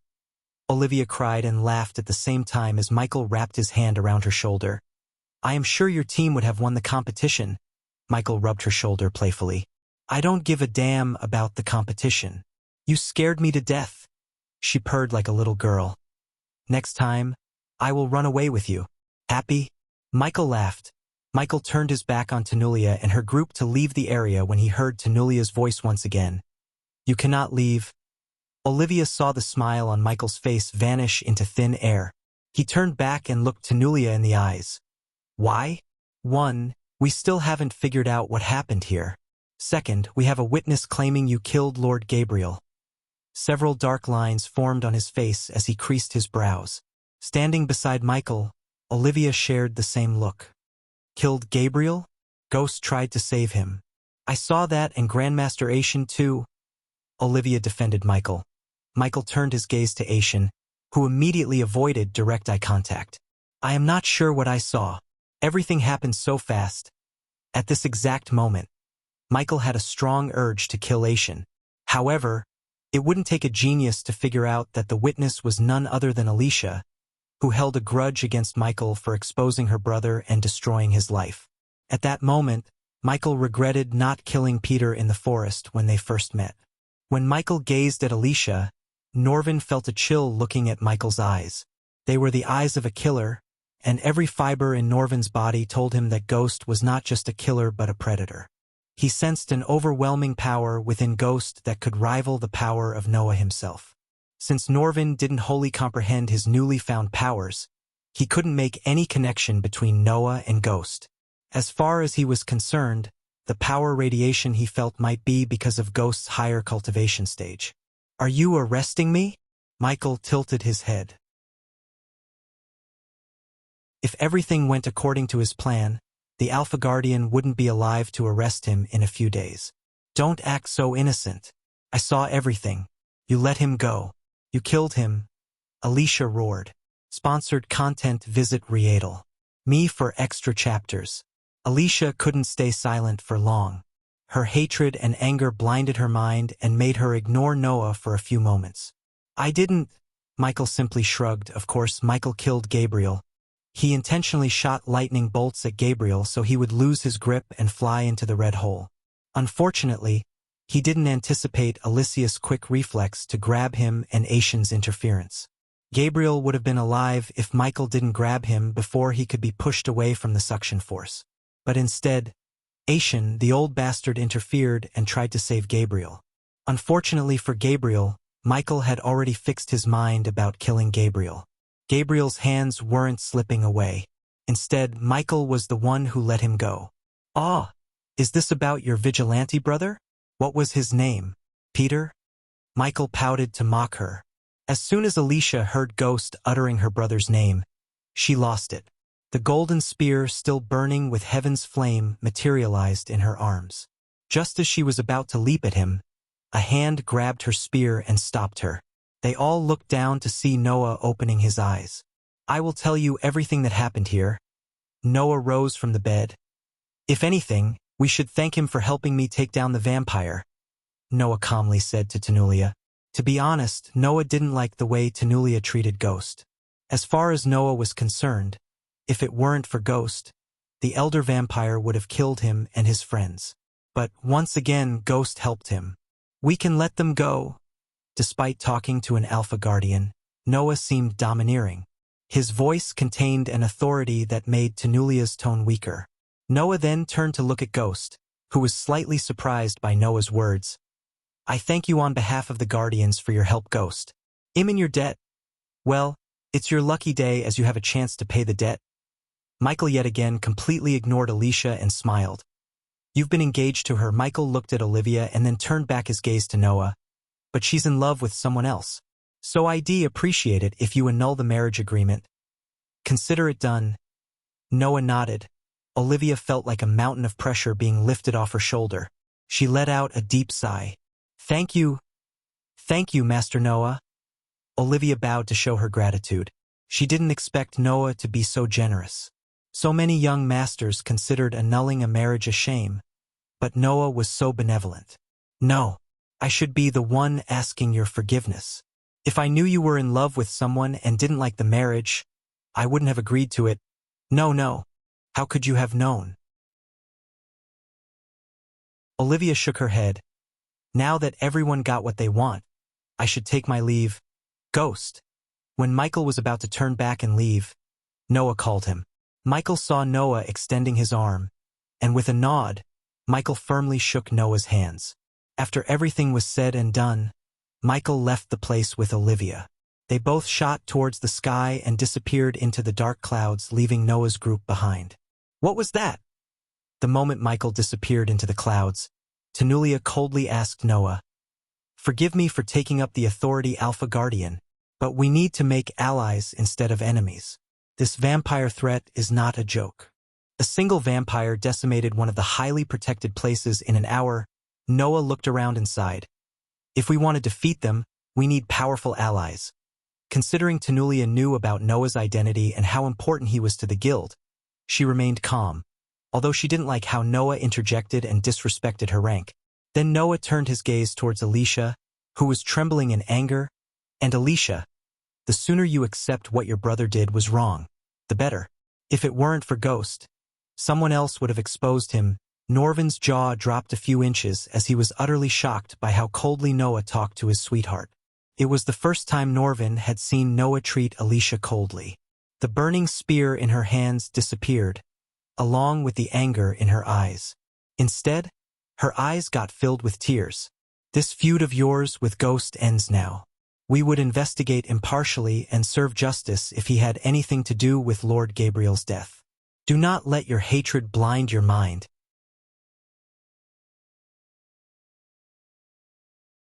Chapter 5:15 Future Plans of Michael, my lord. When Michael entered his room in the dark forest, Azazel welcomed him with a bow. However, as soon as he entered the room, the red orbs began to radiate a dim crimson red light. Dude, you look like crap. What the hell happened? Iag, who was eating potato chips made by Raylene, asked Michael. He may have changed his robes and washed his face using the rainwater, but he still looked extremely exhausted and pale. The moment he reached the bedside, he collapsed to the bed just a few inches away from Vidora. I fought an elder vampire, Michael sighed. After hearing his words, Iag dropped the chip in her mouth back into the silver bowl. Did I tell you I fought with Noah? Michael said, looking at the dark ceiling. Then, he turned his head to look at Azazel before Vidora could ask what happened in Adrizel from the beginning. Connect me to Eladir. Something is drilling my mind, and I think he may have an answer. As you wish, my lord. Azazel waved his ghostly hand as a 32-inch mirror materialized in the air a few meters away from the bed. Michael rose and willed the system to establish a connection with Eladir through the earpiece. Several seconds later, the mirror flickered as Eladir appeared in the mirror. Currently, Michael could see numerous drawings on the wall behind him and a messy bed behind him. My lord. Eladir slightly bent his waist to show his respect. Is there a god of light, Eladir? Michael's sudden question put a frown on Eladir's face. Not as far as I know, my lord. But when you, the god of darkness, exist, it wouldn't be illogical to say there is a god of light too. May I inquire why you suddenly asked me this, my lord? Because I think Noah is not only the successor of Andreas. I think he is also the god of light. Michael's voice was grave. In fact, Vidora or Azazel had never heard this much seriousness in his voice before. Why do you think that, my lord? Michael let out a long sigh and began narrating what happened in the competition from the beginning. None of them uttered a word after Michael finished his story. Eladir finally broke the gloomy silence. Light spells, drawing power from the light, darkness weakening him. Andreas choosing him to be the successor and trains to defeat the Dark Lord. Eladir rubbed his chin as his voice trailed off. Everything makes sense, my lord.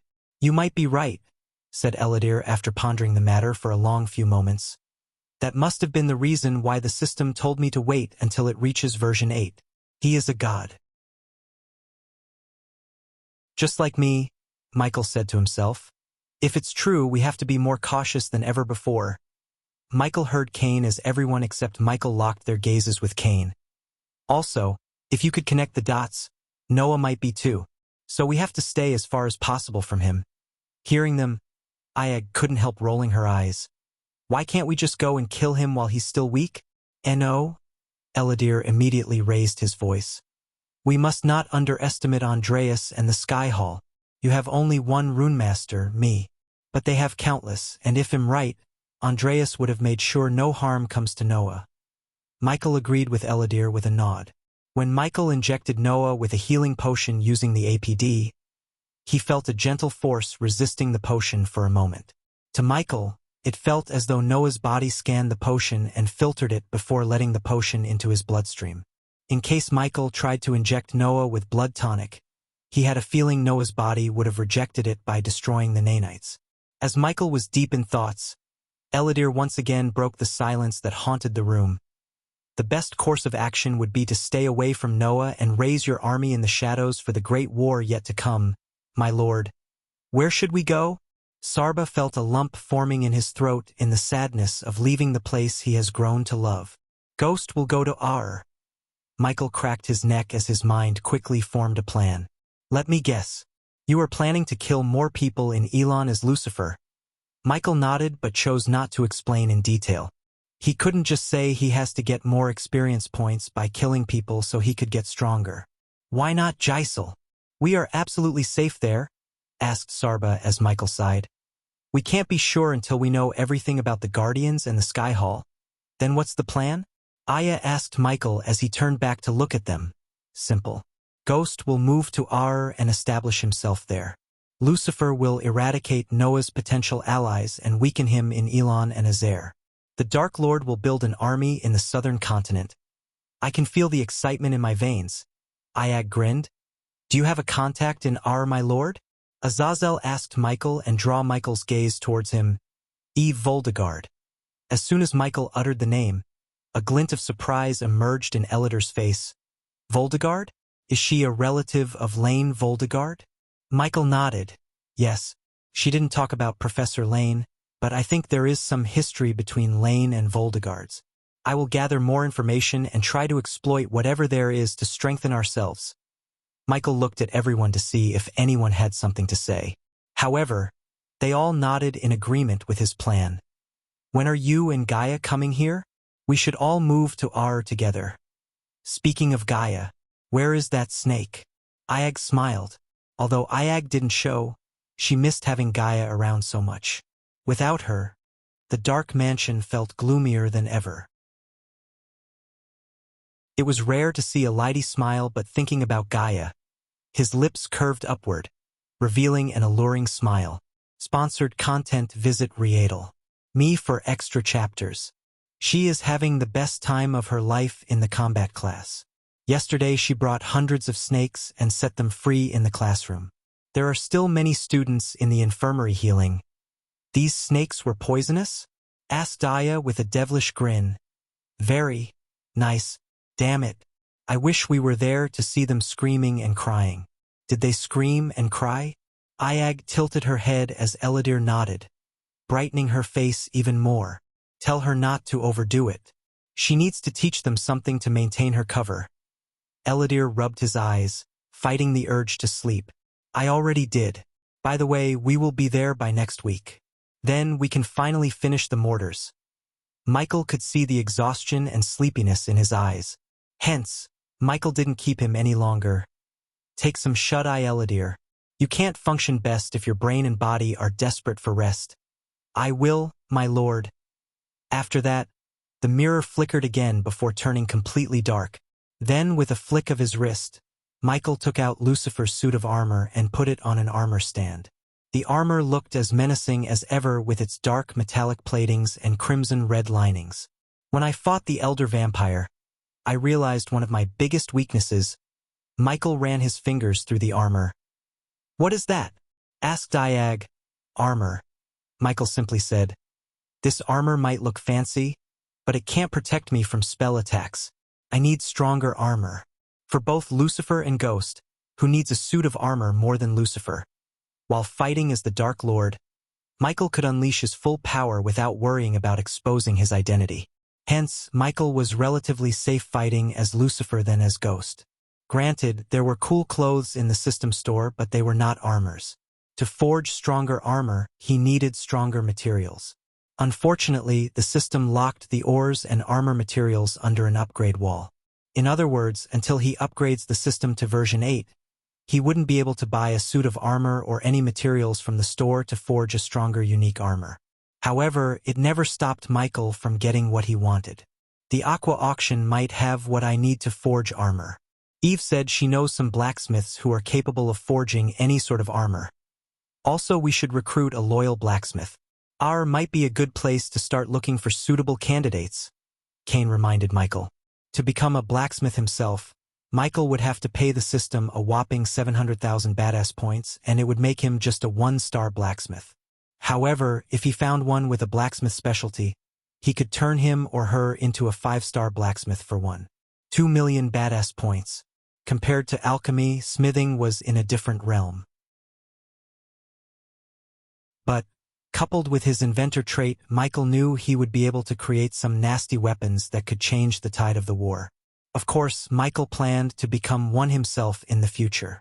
But for now, recruiting someone else seemed like the cost-effective and plausible way. He wished Jack was here because Jack had all the requirements to become his personal blacksmith. His death was really a loss for Michael.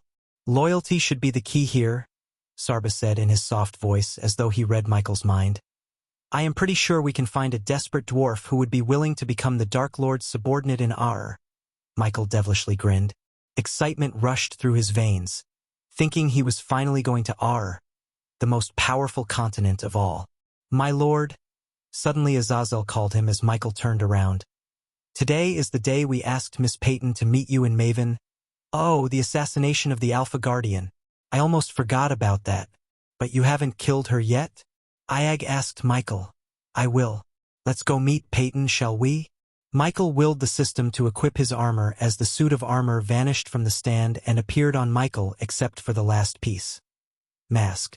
It appeared in Michael's hands as he slowly put it on his face. Where are we going? Asked Sarba as they flapped their tiny wings to take off from the bed to Michael's shoulder. To the crypt. Michael activated the runic teleportation, and the next moment, he just vanished into thin air, leaving Azazel behind.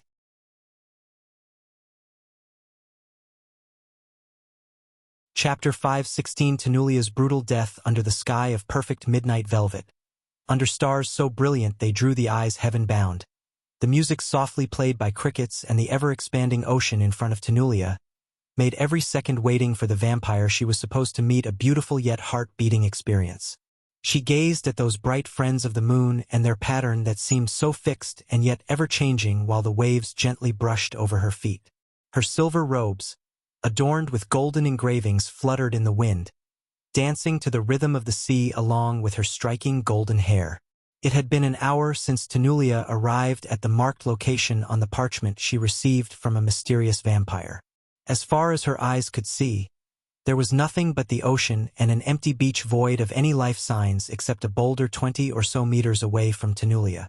Regardless of waiting for a vampire in the middle of the night with no one around her, Tanulia had no fear in her heart at all.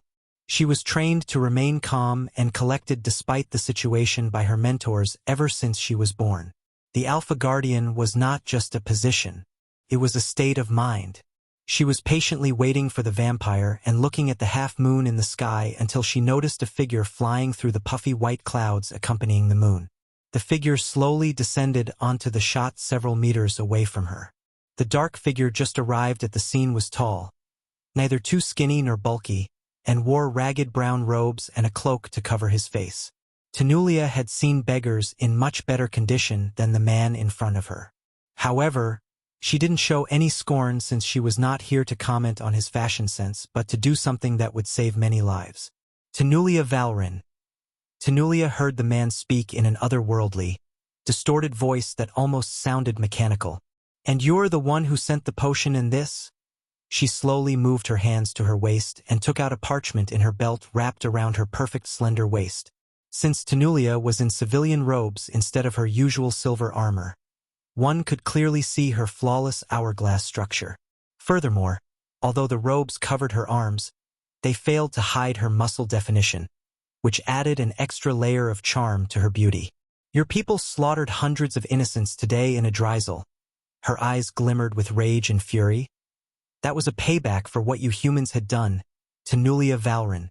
Secrecy is the lifeblood of Nightwalkers. When it's threatened, it's only natural we retaliate. The words sounded colder than the words spoken by Tanulia. Name your price for curing Tiriana. Tanulia didn't beat around the bush. Instead, she directly asked for the cure so she could save Tiriana, who was dying little by little painfully. We have heard you're spinning the blame on today's message on rogue cultivators. By message, you meant the massacre, right? You can take it however you want, Tanulia Valrin. We wanted to send you a message, and we did. Now we demand you turn us into a myth again. Otherwise, you will receive more and more messages every single week until...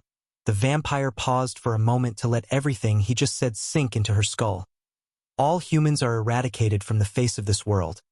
Tanulia clenched her fist as the veins in her face bulged up. One could literally hear her grinding her teeth if they stood beside her. You want us to cover up your existence. A little bit late for that after your message, don't you think? That's your problem. And you're getting the wrong idea here, Tanulia Valrin. We are not here to negotiate. I'm here to tell you what you have to do to save your species.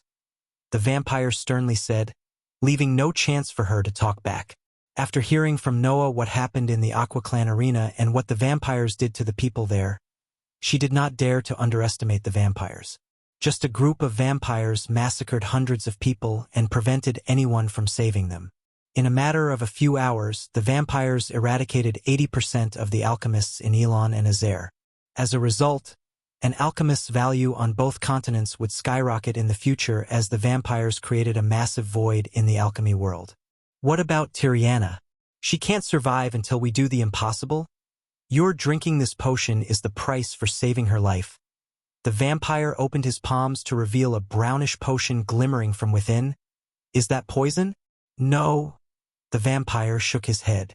Since he had a cloak and mask covering his face, Tanulia couldn't see his expressions. But judging by the tone of his voice, she could tell he didn't give a damn about her life at all. If we wanted to kill you, we would have done it by now. We, Nightwalkers, don't use underhanded tactics like your species. The potion floated towards Tanulia, revealing that the vampires could use arch energy within the void line. Tanulia blankly stared at the potion hovering in the air in front of her before grabbing it. She looked at the potion in her hand without any idea what it would do if she took it. Do I have to take your word on that? How do I believe it's not the same poison you gave to Tiriana? You don't. If you value your friend's life, this is the price. With her eyes watering up, Tanulia opened the vial. She expected the air around her to smell different, but contrary, nothing changed as she still smelled the fresh salty air as before. The vampire stared at her, lifting the potion towards her mouth and pouring it slowly into her mouth. As soon as she emptied the vial, blood seeped through her nostrils. She slowly lost the strength in her legs as everything around her turned blurry. You!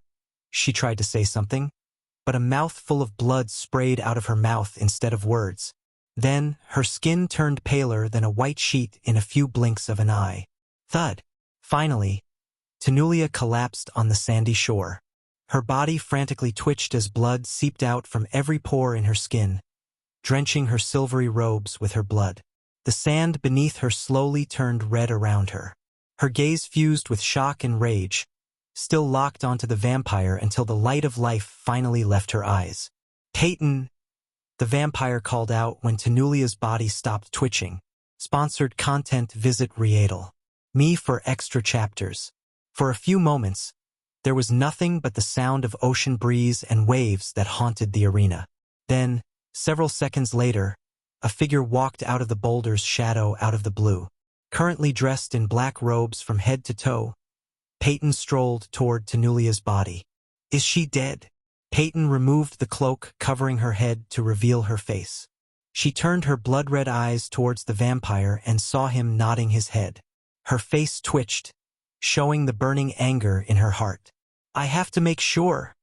Peyton coldly snickered before retrieving a gray dagger hanging on her waist. Bitch! Peyton kicked Tanulia in the gut furiously and continued to do so to vent her anger. Seeing a decorated guardian such as Tanulia's corpse getting kicked mercilessly by another guardian was sickening. Peyton kicked and stomped Tanulia's body to the point she started to hear bones cracking in Tanulia's body. Then, she dropped to her knees. You betrayed me. Peyton raised her dagger in the air as far as she could and brought it down onto Tanulia's chest pulch. The blood sprayed out from Tanulia's chest as Peyton kept stabbing her repeatedly.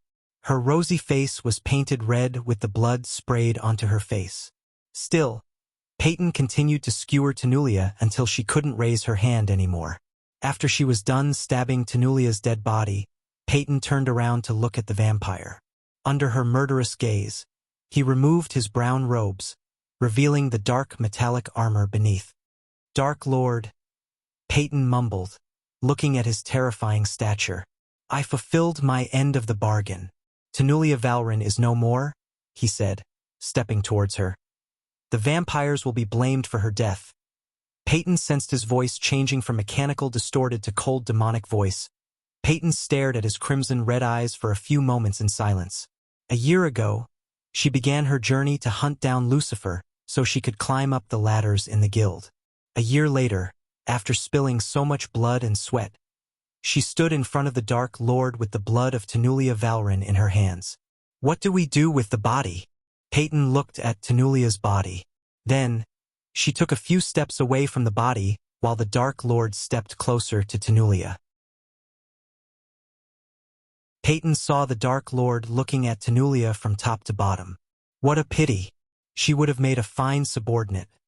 Peyton could swear that she almost sensed a bit of compassion in his voice. Letting out a sigh, the Dark Lord turned around. At that moment, Peyton was only a hand-reaching distance from him. Peyton took a deep breath looking directly into his crimson red eyes.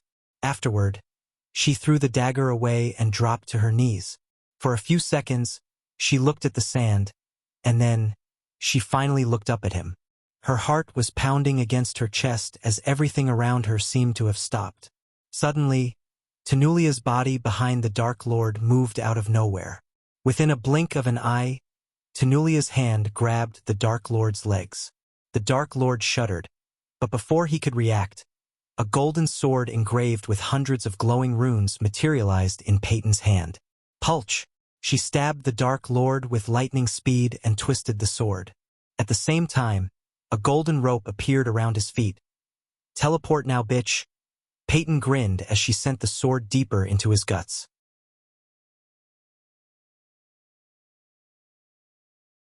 Chapter 517 Capturing the Dark Lord. As soon as Peyton stabbed the Dark Lord in the guts, and Tenulia, who pretended to be dead, cuffed him with a chain of Valhalla, a gigantic warship aka the Floating Fortress, appeared out of the blue in the sky. The ship cast a giant shadow on the beach, but soon, a powerful beam of light shot out from the ship, putting the Dark Lord in the center of the spotlight. The warship itself looked thrice the size of a man of war and resembled the shape too. Except the warship floated in the air instead of on the sea. The hull was built with strong yet lightweight metal and fitted with 30 cannons on a row, and there were 5 rows of cannons on one side. The glistening blue light of the half-moon reflected on the ship's silvery hull, making the ship look like a giant gem in the sky. In addition to the massive 4 masts fitted with golden sails, the ship was equipped with giant propulsors in the back to fly the ship and easily maneuver it in the sky. A statue resembling Tenulia was the figurehead, as a wolf head was engraved onto the hull and the sails. The warship functioned as Tenulia's headquarters in the southern continent. Aside from its domineering look, the ship had many powerful weapons and functionalities. For example, the ship was equipped with camouflaging runes, which was why the ship remained undetected above their heads. Since there was no arch energy in the atmosphere on the southern continent, specialized runes and devices were designed to draw power from the moonlight and heat produced by burning a ton of coal. "Get him up!" Peyton shouted at the sky as the ship's belly opened up, releasing a floor panel attached to ropes. When the wooden panel hit the ground, Peyton grabbed the Dark Lord by his neck and moved him towards the wooden board. While walking, Peyton twisted the sword more to inflict maximum pain on the Dark Lord. But, considering the sword would release a potent paralyzing poison into the bloodstream of its victim, she wasn't surprised to see Dark Lord moving without struggling. Peyton and Tenulia were glad to see the sword and the chain of Valhalla working on the Dark Lord. Although they were forged by the best blacksmiths and enhanced by 6-star runemasters of Skyhall, the two had doubts. The last time they managed to catch the Dark Lord, he knocked them out and teleported away.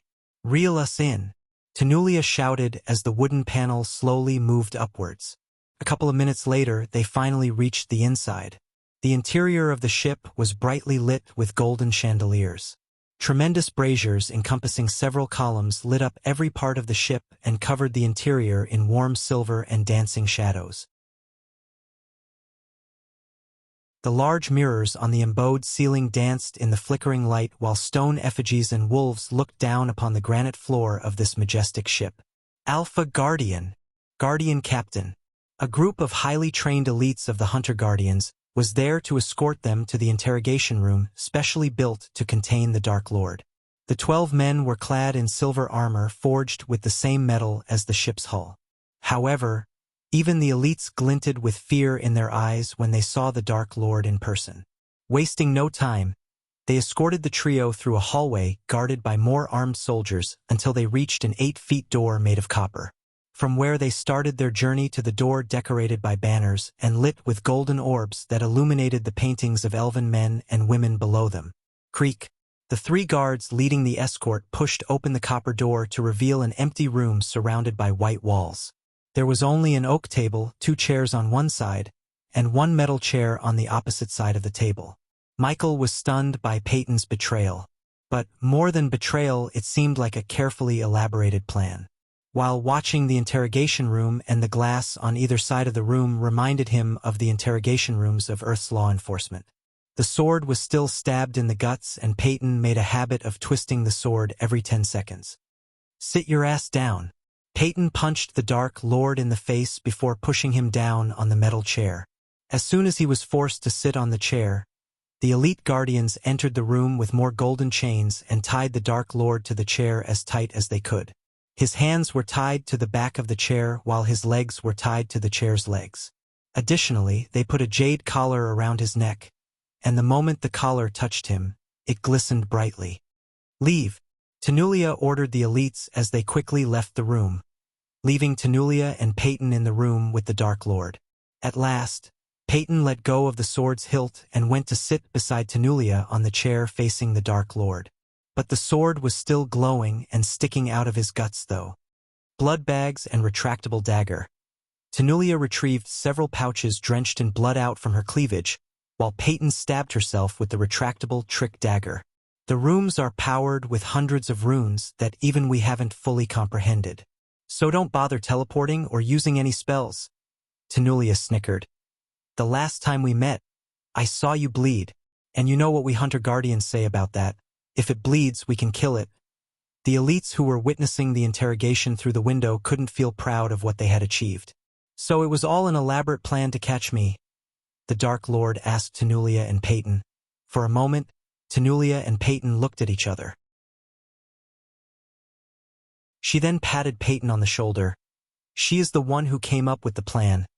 Never in her entire life had Peyton gone through such a burden as she did to catch the Dark Lord. But at that moment, looking at the Dark Lord on the prisoner's chair, she felt the pain was worth it. Tenulia turned her gaze from the Dark Lord to the windows, which were one-way mirrors. They seemed to be a mirror when seen from one side, but like a window when seen from the opposite side.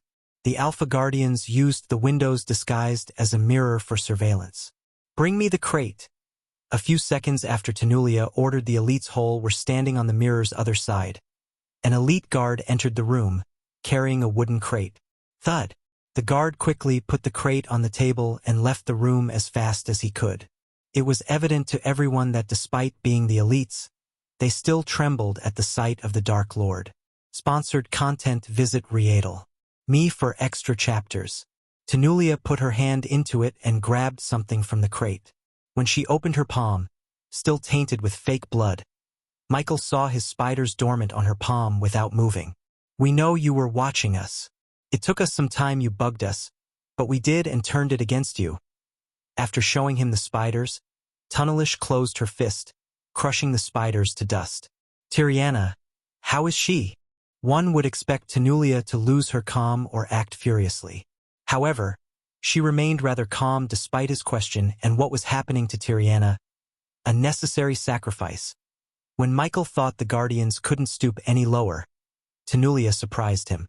Tiriana was her best friend. Yet she just waved it off, saying a necessary sacrifice like Tiriana's life was worth nothing. "You will pay for what you did to her. I will personally make sure you suffer more than she ever did," Tenulia coldly exclaimed as the Dark Lord turned his gaze at Peyton. "You are really a great actor," the Dark Lord mused.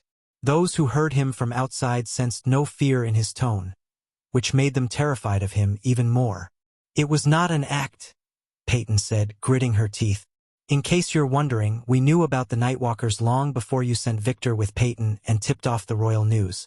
I have to give it to you, putting the Guardians against the Holy Church and turning the people against us at the same time was a great move." Tenulia snickered once again as she continued. But you forgot one thing. Tenulia leaned forward. When we hang you in front of Elon and reveal the real Desert Eagle operation, we will be hailed as heroes by the people. The future generations will sing songs about us and the sacrifices we made to eradicate you. So you let all those people die just to catch me? Peyton saw the Dark Lord tilting his head. To be honest, his every move creeped her out. But what she went through to get him made her stronger than ever before. Bang! Peyton suddenly stood up from her chair and punched him in the face once again. That's on you. She raised her voice. If you hadn't exposed the vampires, those would have been alive. Bang! Tenulia let Peyton punch him again and didn't bother to stop her. As far as Tenulia was concerned, Peyton deserved to torture him because of what she went through to get him. However, a few punches to the face were nowhere closer to what he truly deserved. Victor was outman inside the Nightwalkers. We were getting so much information about them and how they operate. But, unfortunately, because of you, we lost a valuable asset who could have tipped us about the attack in Adrizel. Peyton snarled at the Dark Lord. Except for Peyton, Tenulia, and Tyriana, none of them had any idea about Victor's true origin. He was a Guardian spy, and now Michael had killed him. Meanwhile, the elites outside saw Zanali strolling toward them. When she arrived at the mirrors, her eyes went wide in shock. Her entire body felt shivers looking at the dark figure sitting opposite Peyton and Tenulia. Is that? Her voice trailed away in utter shock. Yes, Guardian Captain. That is the Dark Lord.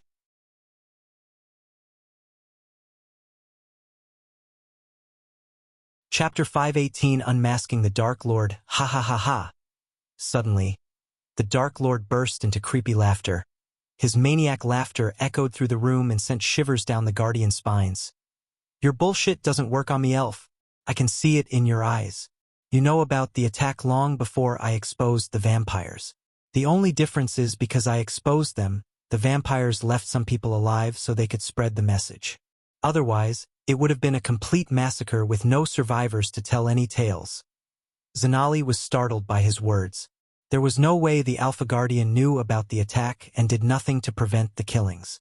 So many people, including Nagas in their human forms, were killed in the arena by the vampires. Tenulia creased her brows as he continued. You were planning to catch the elder vampire, but you didn't expect the dark net to be so problematic to break. Now that your incompetence backfired and caused so many lives, you're trying to pin it on me. Pin it on Lucifer or the Dark Lord as usual. Peyton heard the Dark Lord snicker. He leaned back on the chair and played beats on the table casually. We will catch the vampires. Just like we caught you. Tenulia clenched her fist only to see the Dark Lord snicker again. At what cost? You two are responsible for more deaths than me, and you people call me the Dark Lord. He turned his head to look at the mirror. The elite guardians and Zanali felt as though he was looking at them. I wonder what your future Supreme Guardian has to say about your plan. For the first time, a shock emerged on Tenulia's face. She stared at the Dark Lord without batting an eye. Noah Winston. I know all about him, Tenulia Valrin. Bang! As soon as he spoke these words, Tenulia kicked her chair backward and lunged at him over the table. She grabbed his shoulder and punched him without pulling her punch. Ha ha ha ha. But the Dark Lord kept laughing as though he heard a joke. His laugh became creepier by the second, and many Guardians wanted it to stop. Alpha Guardian, the latest _sodies are on a website. After seeing Tenulia punching him for the 50th time, Peyton softly called her to stop Tenulia. Although they suspect the Dark Lord was not a human and possessed inhuman strength and power, Peyton still didn't want to take his life before they could get as much information as possible from him, particularly about where he came from. The demon realm or hell realm was something which they knew frighteningly little. The last page's grimoire about the Dark Age and the Dark Lord mentioned something about a demon king of hell realm, and the higher-ups of the Guardian Guild suspected the Dark Lord might have some information about the Demon King. Unfortunately, the only information they possessed about the Demon King was a name, Hunter. Dictator with a badass system MC's name is also Hunter. What a coincidence. The higher-ups were none other than elders in the Sky Hall, but even the Alpha Guardians had no idea that the Sky Hall from the shadows controlled them. "He doesn't know, and it will stay that way," Tanulia said before throwing one last punch at him. Her fist felt numb after punching him repeatedly. "After we're done with you, we will see how your body is built. Starting from cutting open your throat," Tanulia threatened him, but he still kept laughing. "You're a maniac, not a god, like some sickos claiming you are," Peyton growled. "Seeing you hang to death will make everything I went through worth it. Again, I wonder what your future Supreme Guardian has to say about your plan, particularly the part where you endangered his little sister's life." Seeing Tanulia and Peyton remain calm, Michael slowly connected the dots and was truly surprised by them. They knew the vampires were going to kidnap her and force her to retrieve that key, Michael said to himself. If I am right, they are planning to kill the vampires after she retrieves the key. Then they will take the key from her. "You should worry about yourself," Tanulia snarled at the Dark Lord. "Set a course to Draddle. Elders will meet us there." Tanulia turned her head and locked her gaze with Zanali. Zanali nodded before leaving the interrogation room towards the ship captain. Because Zanali was a guardian captain, a couple of elites followed her behind. Meanwhile, in the interrogation room, Peyton and Tanulia each took a few parchments from the crate on the table and opened them. "What am I thinking?" Suddenly Tanulia smacked her forehead. "Remove his mask. I want to see who is behind that mask." Tanulia ordered Peyton as the elites standing outside the room took a step forward. At that moment, every pair of eyes were locked on the Dark Lord's face. The latest _AP_SODIs are on website. Peyton stood up from her chair with a nod, strolled to the Dark Lord, and came behind him. First thing, she removed the cloak covering his head, revealing raven black hair. It seemed like Peyton was doing everything in slow motion to the elite guardians. His smooth raven black hair was long enough to reach his neck. After removing the cloak, everyone could see the black skull mask on his face clearly. Michael had difficulty controlling the urge to kill Peyton and Tanulia then and there. However, he was unable to send his sword through their heads personally. As Michael was watching Tanulia and Peyton, the latter grabbed his skull mask. The Guardians felt their heartbeat rapidly increasing, including Peyton. "Time to see how you look behind the mask, Dark Lord." Peyton snickered as she slowly pulled up the mask to reveal the Dark Lord's face. They all felt a chill running through their spines as soon as his mask came off. His face was decayed with several cracks in his face. Half of his cheek was missing and they could see his yellowish decayed teeth. The two pale white eyes stared at Tanulia with a creepy smile on his face. Tanulia twitched her nose as the strong pungent smell of rotten skin entered her nostrils. It was pretty horrendous, to say the least. A Netheral.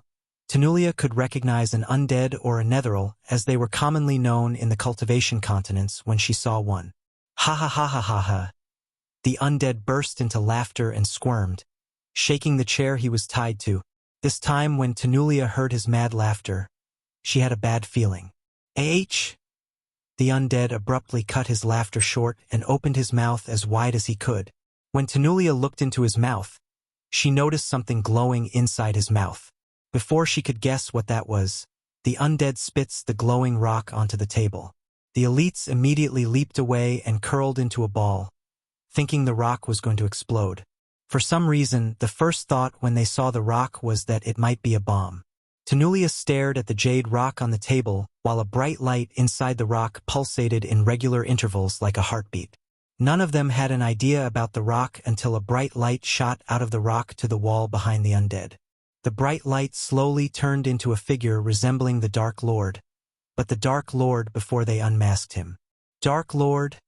The undead uttered the word as Peyton felt her entire body go numb. "TSK, TSK, TSK. Peyton, Peyton, Peyton."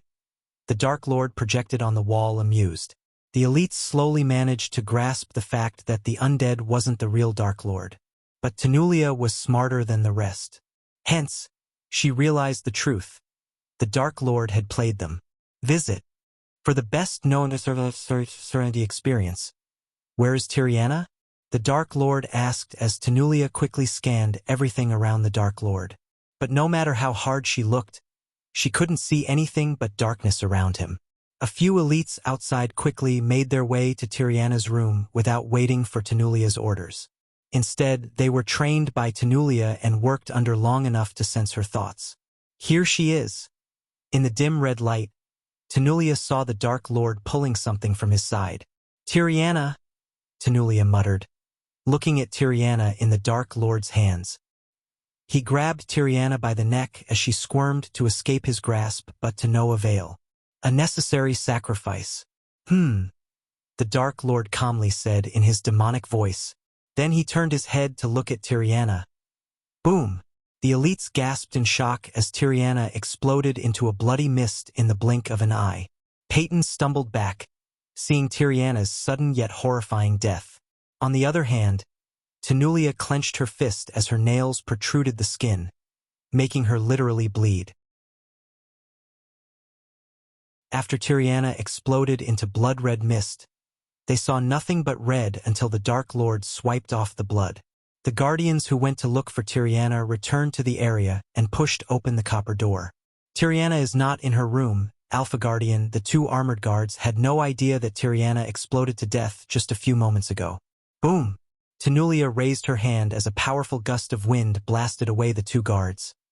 "I thought you were fine with her dying, Tenulia Valrin," the Dark Lord said, tilting his head. He sounded amused by the anger in Tenulia's eyes. "Not a good feeling, is it? Realizing your whole plan is just a colossal failure." "Ha ha ha," he laughed, shocking everyone. "Your elders have been wetting their pants for thousands of years because of me. A simple thought of me gave them nightmares. Did you really think that two bitches could catch me?" His voice became colder and murderous. He then took a step closer as they saw his face closer on the projected screen. Slowly his crimson-red eyes became dark as Tenulia saw his eyes flaming up. Under their gazes, he raised his hand and kept his middle finger and thumb together. Visit. For a better user experience, Peyton, when you thought you were playing me, you forgot something really important. Peyton's mind went black as she walked backward in fear. "I am the Dark Lord." He snapped his finger as the entire white room turned red with Peyton's blood. The guardians gasped, realizing that Peyton exploded into a bloody red mist just like Tiriana with a snap of his fingers.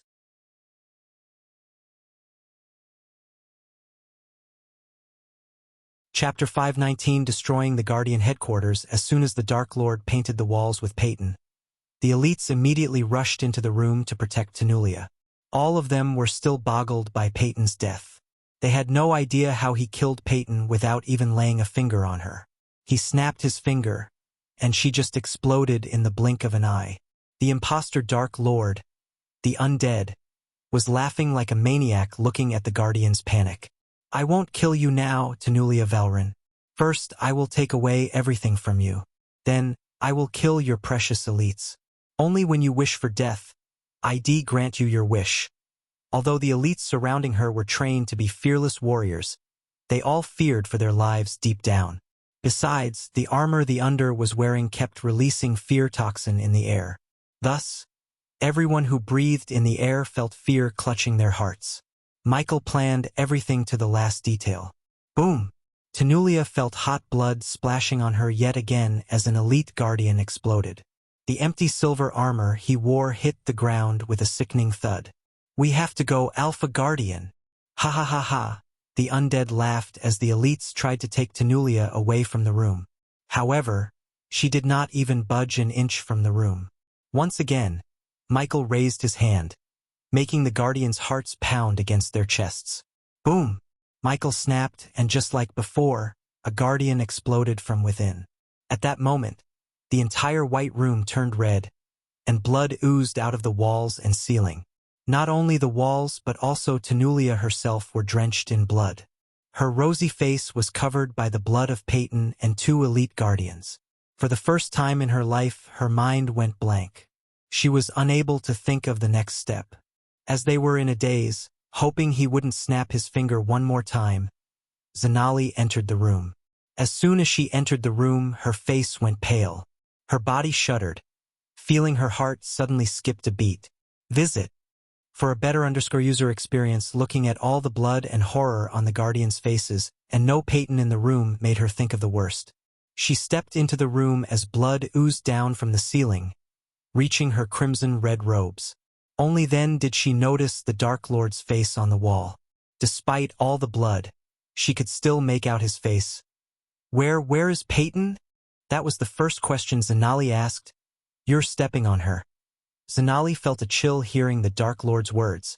However, she noticed the one sitting on the chair didn't open his mouth. Since Zanali left the room way before the real Dark Lord's appearance and Peyton's death, she was pretty confused. Peyton is all around you, Zanali Hearthill, Princess of Nagaland. Zanali's body went rigid as she stared at the wall blankly. The last time Zanali met the Dark Lord in the Silent Reaper, he revealed her race. Now somehow he had learned her real identity. Except for Peyton and Tanulia, no one knew about her race or identity as the Nagaland princess. Not even Noah. What happened? Where is Peyton? Zanali stuttered.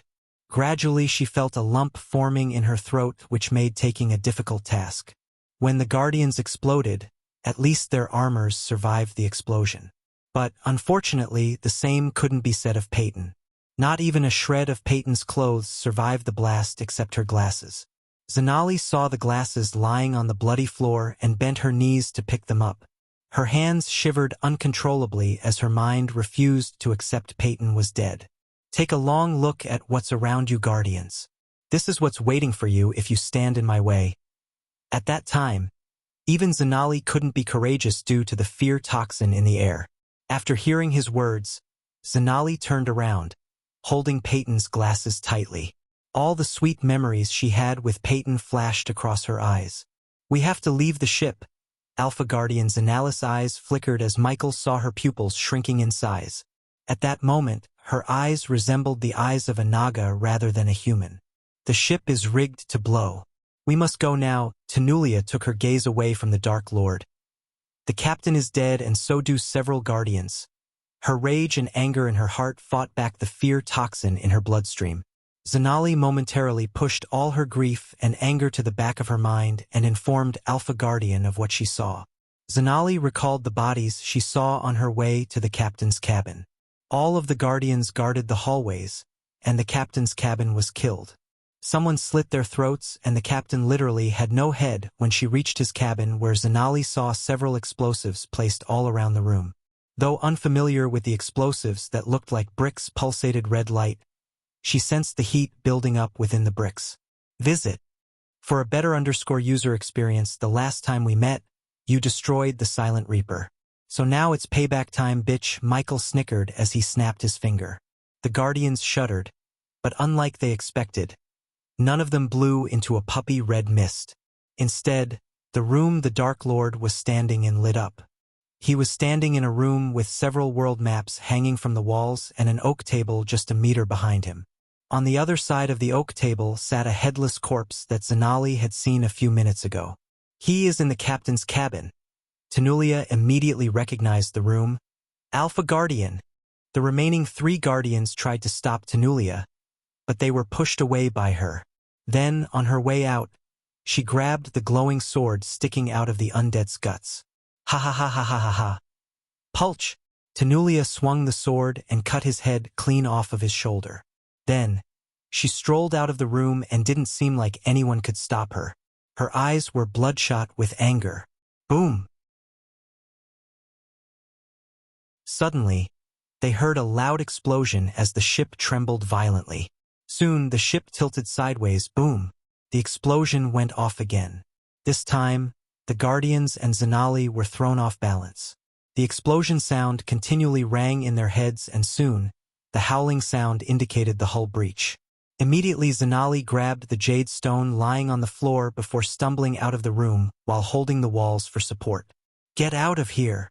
Zanali shouted at the elites following her behind. The lights flickered for a moment before ultimately going out. Then, the place turned dark as the emergency lights lit the hallway in a dim crimson red. I will go get the Alpha Guardian. Zanali had to shout even though the Guardian stood close to her due to the howling wind sound. But visit. For the best known serenity experience, ITS and order. Zanali pushed the armored guards away before turning around to chase down Tanulia. The two remaining guards had no choice but to find a way to escape the ship. Unfortunately, the ship kept tilting left and right, making moving forward a problematic task. However, holding onto the walls, the two of them walked along towards the cargo bay, where they received the fake Dark Lord. That opening was the quickest and closest way to escape the ship. "Don't fall back, Stas!" The armored elite guardian leading the way shouted at the one behind him. The guardian behind was staggering until the elite guardian shouted at him. Then, the guardian's walking became steadier despite the ship's frantic shaking. He walked steadily and lifted the silver helmet off, revealing the face beneath. It wasn't Stas as the elite guardian claimed. It was Michael. He was disguised as the guard and remained in the room the whole time. Stars! When the narrow hallway opened up to reveal the cargo bay, the elite guard shouted in relief. But unfortunately, when he turned around, his relief became a shock. Boom! Michael snapped his finger before the guard could react. Just like earlier, the guard exploded into a bloody mist the moment he snapped his finger. While Tanulia and Zanali were on their way to the captain's cabin, Michael punched the ship, forming a large hole in the hull. Since they were so high in the sky and rapidly descending, the wind and pressure were strong enough to push any normal human being like a piece of paper. However, Michael wasn't a normal human being. Thus, he stood in front of the hole, looking at the tiny buildings on the ground. The ship descended straight towards Elon's Guardian headquarters in Kingdom Draddle. Michael made sure the captain set a course to the Draddle before he took the captain's head. Michael conjured the dark flames, and the moment the dark flames touched the hull, the ship caught on fire. The ship was built to withstand fire, but not against a powerful primordial flame such as the dark flames. Hence, the dark flames spread through the ship like wildfire, burning everything in its path. At that moment, everyone on the ground shouted at seeing the giant flaming meteor descending towards the Guardian castle. Immediately the mages and the guardians flew out of the castle to stop the ship from colliding with the castle. It wouldn't take a genius to figure out that the result would be catastrophic if the ship crashed onto the castle. The Alpha Guardians in the castle immediately evacuated the people inside while the otters were casting spells to stop the ship. But at that moment, they all knew stopping the ship wasn't an option. Thus, they all braced for impact and tried to slow down the ship. Far away from the castle, Michael was floating above the clouds in his Lucifer form. The imminent destruction of Tanulia's warship and the headquarters put a wide grin on his face behind the mask. Visit. For a better user experience, it was a real pity that he couldn't hijack the ship because of all the runes and protective arrays. Unfortunately, the system level was too low to hack them, but the system could disable the defensive arrays for a short time. This short amount of time was enough for Michael to set it on fire and send it toward the castle. Payback, bitch! Michael turned around while the ship crashed onto the castle in the distance, creating a giant explosion.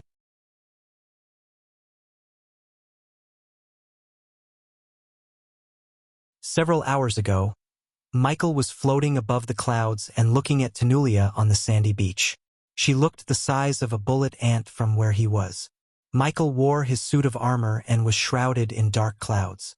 In simple words, he was in his complete Lucifer form. My lord, Azazel appeared beside Michael above the clouds. He is ready? Michael turned his head to see an undead wearing the same suit of armor as him. It cost Michael 6,000 badass points to buy the suit of armor and make the alpha undead wear it. Additionally, Michael attached a voice modulator he invented to the undead's throat. The feeds are online. Azazel pointed at the alpha undead's eyes. Go to the dark forest and monitor everything. What will you do about the warship approaching, my lord? Michael looked over his shoulder and activated his thermal vision. The moment the vision went blurry blue, he noticed a bright orange blob of a heat signature approaching their location. Cloaking technology. Cool, Michael smiled, feeling his excitement bubbling inside. If the Alpha Guardian's ship could have the cloaking ability, Michael could equip his warships and vehicles with the same technology but only better. Hijack or destroy, Michael calmly said. Now go. Have good hunting, my lord. Azazel bowed deeply before his ghostly figure vanished into thin air, leaving Michael and the Alpha undead behind. After Azazel left, it was time to implement his plan. With a flick of his wrist, he manipulated the wind around the undead. Thanks to his 10% wind manipulation, he was able to levitate the undead slowly to the beach from the sky. My lord. As Michael was flying the undead to the beach, he heard Azazel's voice in his head. I have established a connection with his voice modulator. I can now speak on your behalf. Good. They'll be listening. Keep them think he's the Dark Lord. Yes, my lord. Visit. For the best known to surround experience, Azazel went silent as Michael finally landed the undead on the beach. Then, Michael flew higher into the air while controlling the undead telepathically. After merging his soul pieces together, his multitasking ability soared through the roof. Controlling the undead and flying had become as easy as breathing to him. Lightning dash. Michael flew at the invisible warship, leaving a dark trail in the sky. His speed had reached the point that when he flew away, he left after images of himself in the sky that lasted for a couple of seconds. In a few breaths of time, Michael arrived above the warship. He activated the thermal vision to see several guardians guarding the upper deck. They all wore metal plate armor from head to toe. However, when Michael disabled the thermal vision, the guards disappeared from his sight. So they also have the ability to use cloak.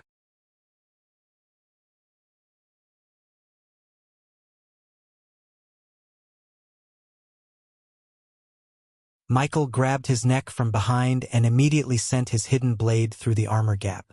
Juror. The soldier made a sickening growl as Michael cut his vocal cords and threw him off the ledge. 2 down, 2 to go. Even though the soldiers were elites, they were inside the void, making them powerless in front of Michael. While walking toward the 2 soldiers, the atmosphere grew darker as Michael cast the death range spell to enhance his powers to a terrifying level. We are really going to capture the Dark Lord. Those amateurs in the guild just overhyped him. In truth, they are just incompetent. No shit. That's why they are still guardians and we are hunters.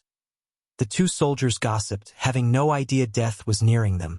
I'm excited to receive a huge bonus from Alpha Guardian. How much do you think it is? I don't know, but I'm pretty sure I can afford a mansion and a huge piece of land with it. Considering it was nighttime, the soldiers failed to notice the darkness formed by the death range.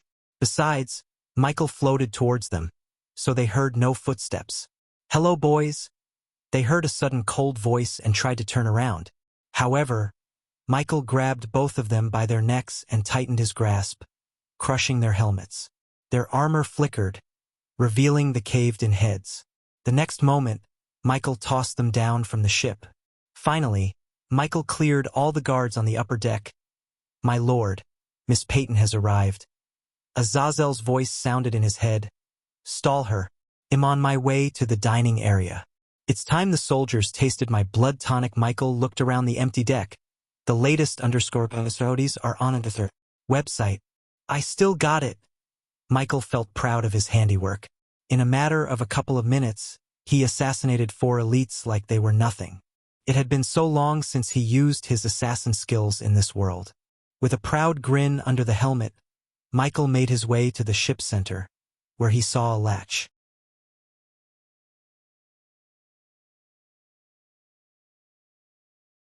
Pulling up the latch, Michael opened the doorway to the lower decks.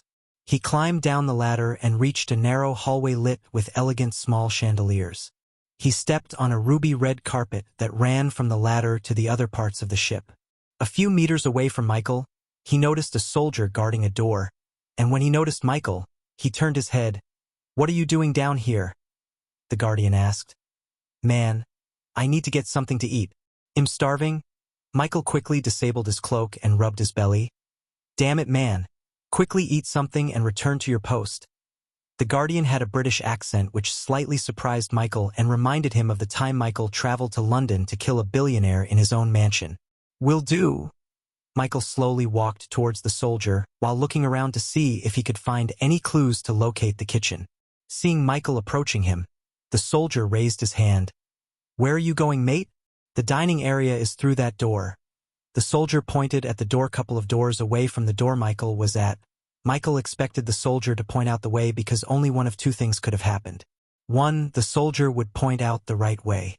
Else, he would suspect Michael and try to apprehend him, which would have resulted in Michael killing him and burning his body to ashes with dark flames. Luckily for the soldier, he chose the first option. My mind is boggled, man. Thanks anyways. You want anything? Yeah, get me a pastry on your way out, the soldier said as Michael nodded. Sure thing. As he reached the door to the kitchen, he twisted the copper knob and was welcomed by an enormous, high-ceilinged room, large enough to contain at least 70 people, with mounds of glittering brass pots and pans heaped around the stone walls and a great brick fireplace at the other end. In addition, there were 7 rows of long oak tables and benches for the guardians to dine on. At that moment, the kitchen was rather empty, and only a few guardians sat on the benches, having their fill. All the oak tables had several pots and bowls filled with various dishes. When Michael reached one of the oak tables, he grabbed a pastry, lifting his helmet a bit. Not bad. The pastry melted in his mouth. He took a big bite and made his way to the brass pots. I thought only we have a break.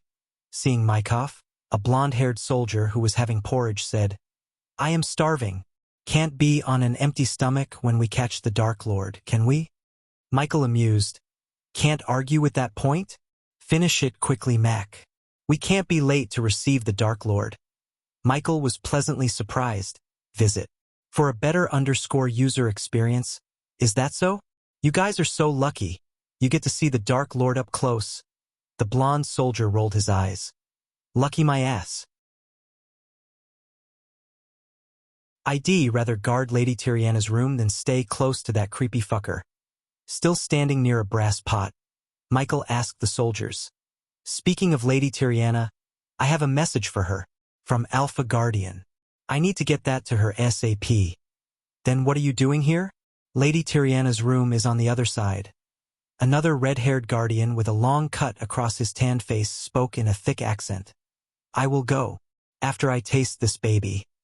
Michael pretended to take a long whiff of the aroma from the brass pot before him. You guys tried this? Asked Michael, ignoring the red-haired man. What's in there? Asked another soldier. Meanwhile, Michael controlled the spider he used to distract the soldier to crawl through the hallway. Fortunately, Michael found a map of the interior on the wall. It made sense to make a painting of the map and hang this on the wall for the soldiers to navigate through this giant ship. Chicken soup. What the hell? Let's have a taste, shall we? Michael grabbed 5 ceramic bowls from the table beside him and filled them with the chicken soup while showing his back to the guardians. With fast and precise movements, Michael took out blood tonic, which was a muddy brown potion, poured it into the bowls and turned around. The brown potion quickly became colorless and blended with the chicken soup. Here you go, guys. Michael memorized the map as he put the bowls on the table.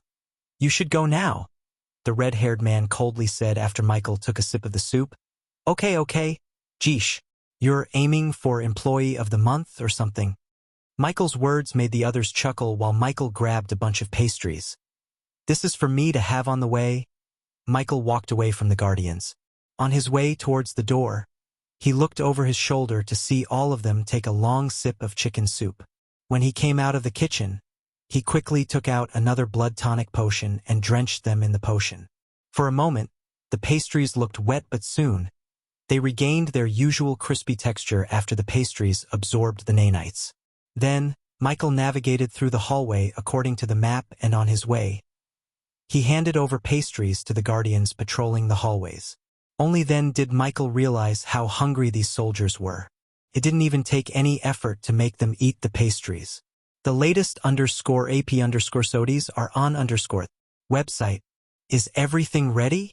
As he was walking in the hallway, on his way to Tiriana's room, Michael saw Zanali escorted by 3 guardians walking towards him. Yes, Guardian Captain. Everything is in place. Good. I don't want any surprises.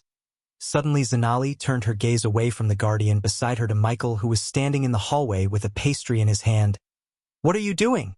Despite the situation, Michael remained calm.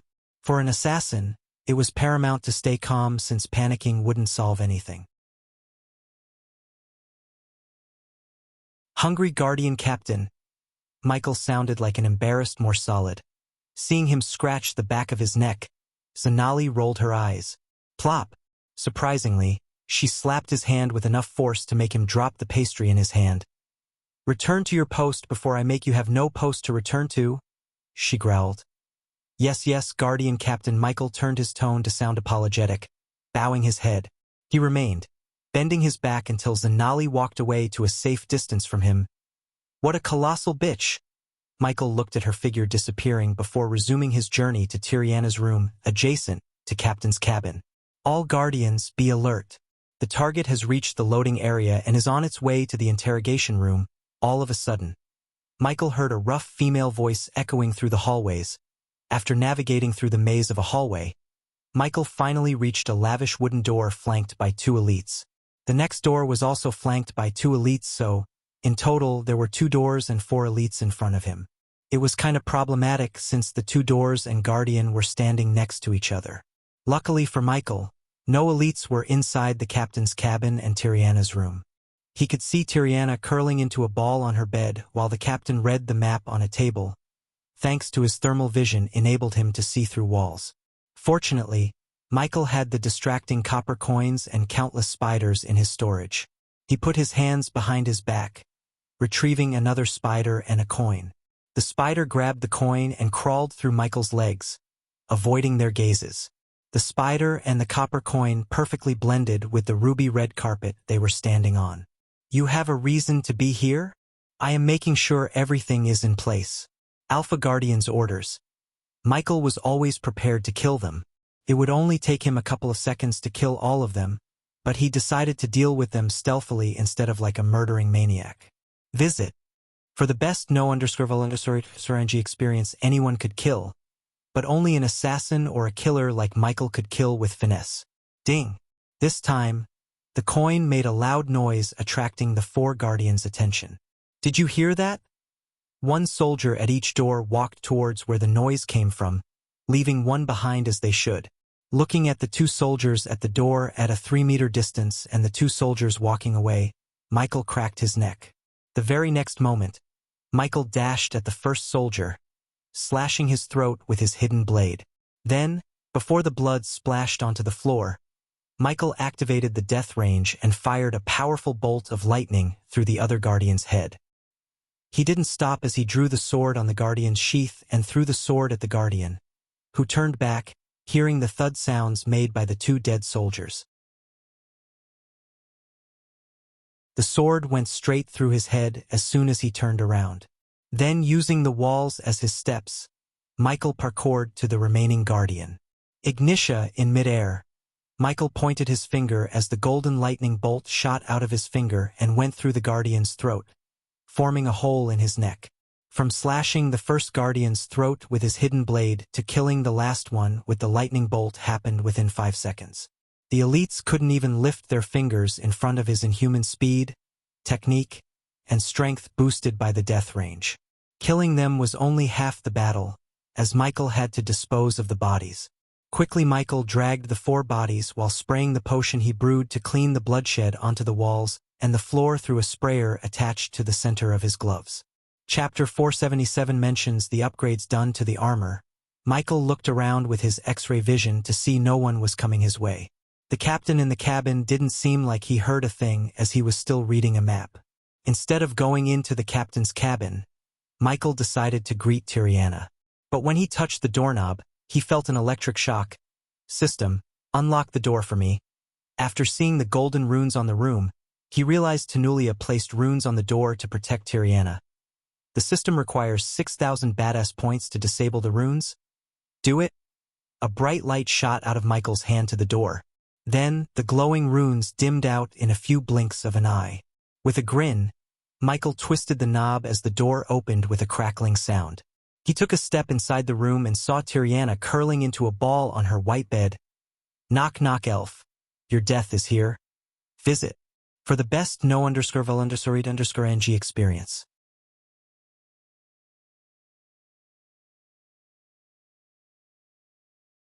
Tiriana, who heard these words weakly, opened her eyes.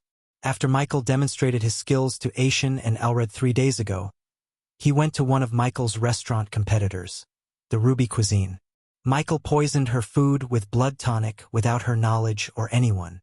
Ever since that day, Michael has been controlling the nanites and causing her pain. Chapter 495 mentions Tiriana's arrival at Idrizel. Tenulia found the spiders because of Noah. They thought they found all the spiders in the warship except the one Michael left in Peyton's body. Michael knew they had found the spiders and tried to manipulate him by feeding him false information. But Peyton's dedication to catching him really surprised Michael.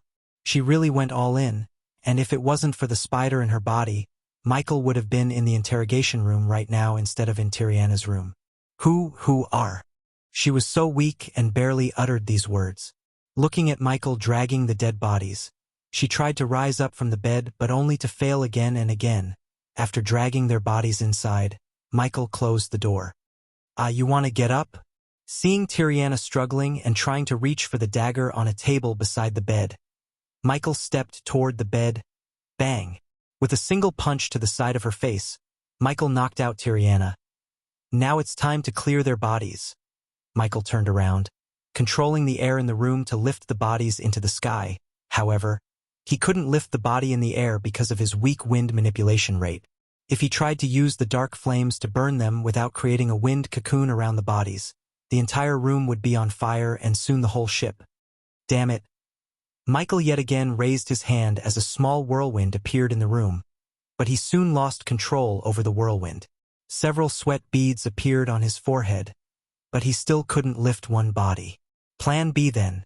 Wind blast. Since he couldn't burn the bodies, Michael raised his hand, sending a powerful blast of wind. The wind blast hurled the bodies under Tiriana's bed. Although it wasn't the perfect hiding spot, no one would find the bodies unless one looked under the bed.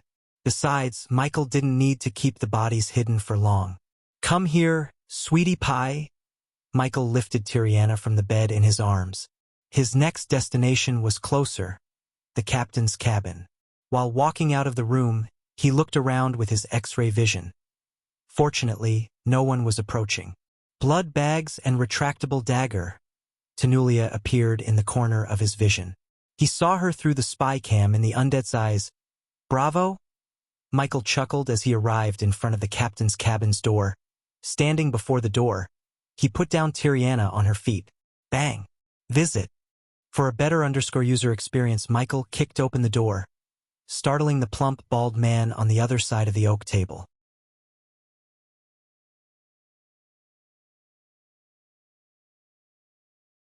It was quite usual among the nobles, but he didn't dare to say anything to the Dark Lord. No, never. Fair enough. The captain sighed in relief, though his relief only lasted a second as Michael cast the wind blast but manipulated the wind element to change the shape of the blast. He created a wind blade. It was his first time manipulating the wind element to transform the wind blast into a wind blade. His wind blade was surprisingly good enough to cleave the captain's head off his shoulder. The captain's headless body staggered around the room, spraying blood all over the room while his head hit the table with a sickening thud. He was lying, Michael told Tiriana as though she was awake. He moved on to put Tiriana on the oak table and took out a spider to record his message to Tenulia.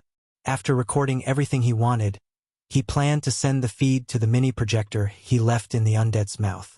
Tenulia would think it was a live feed. Still, in reality, it was a pre-recorded feed made by Michael to distract everyone.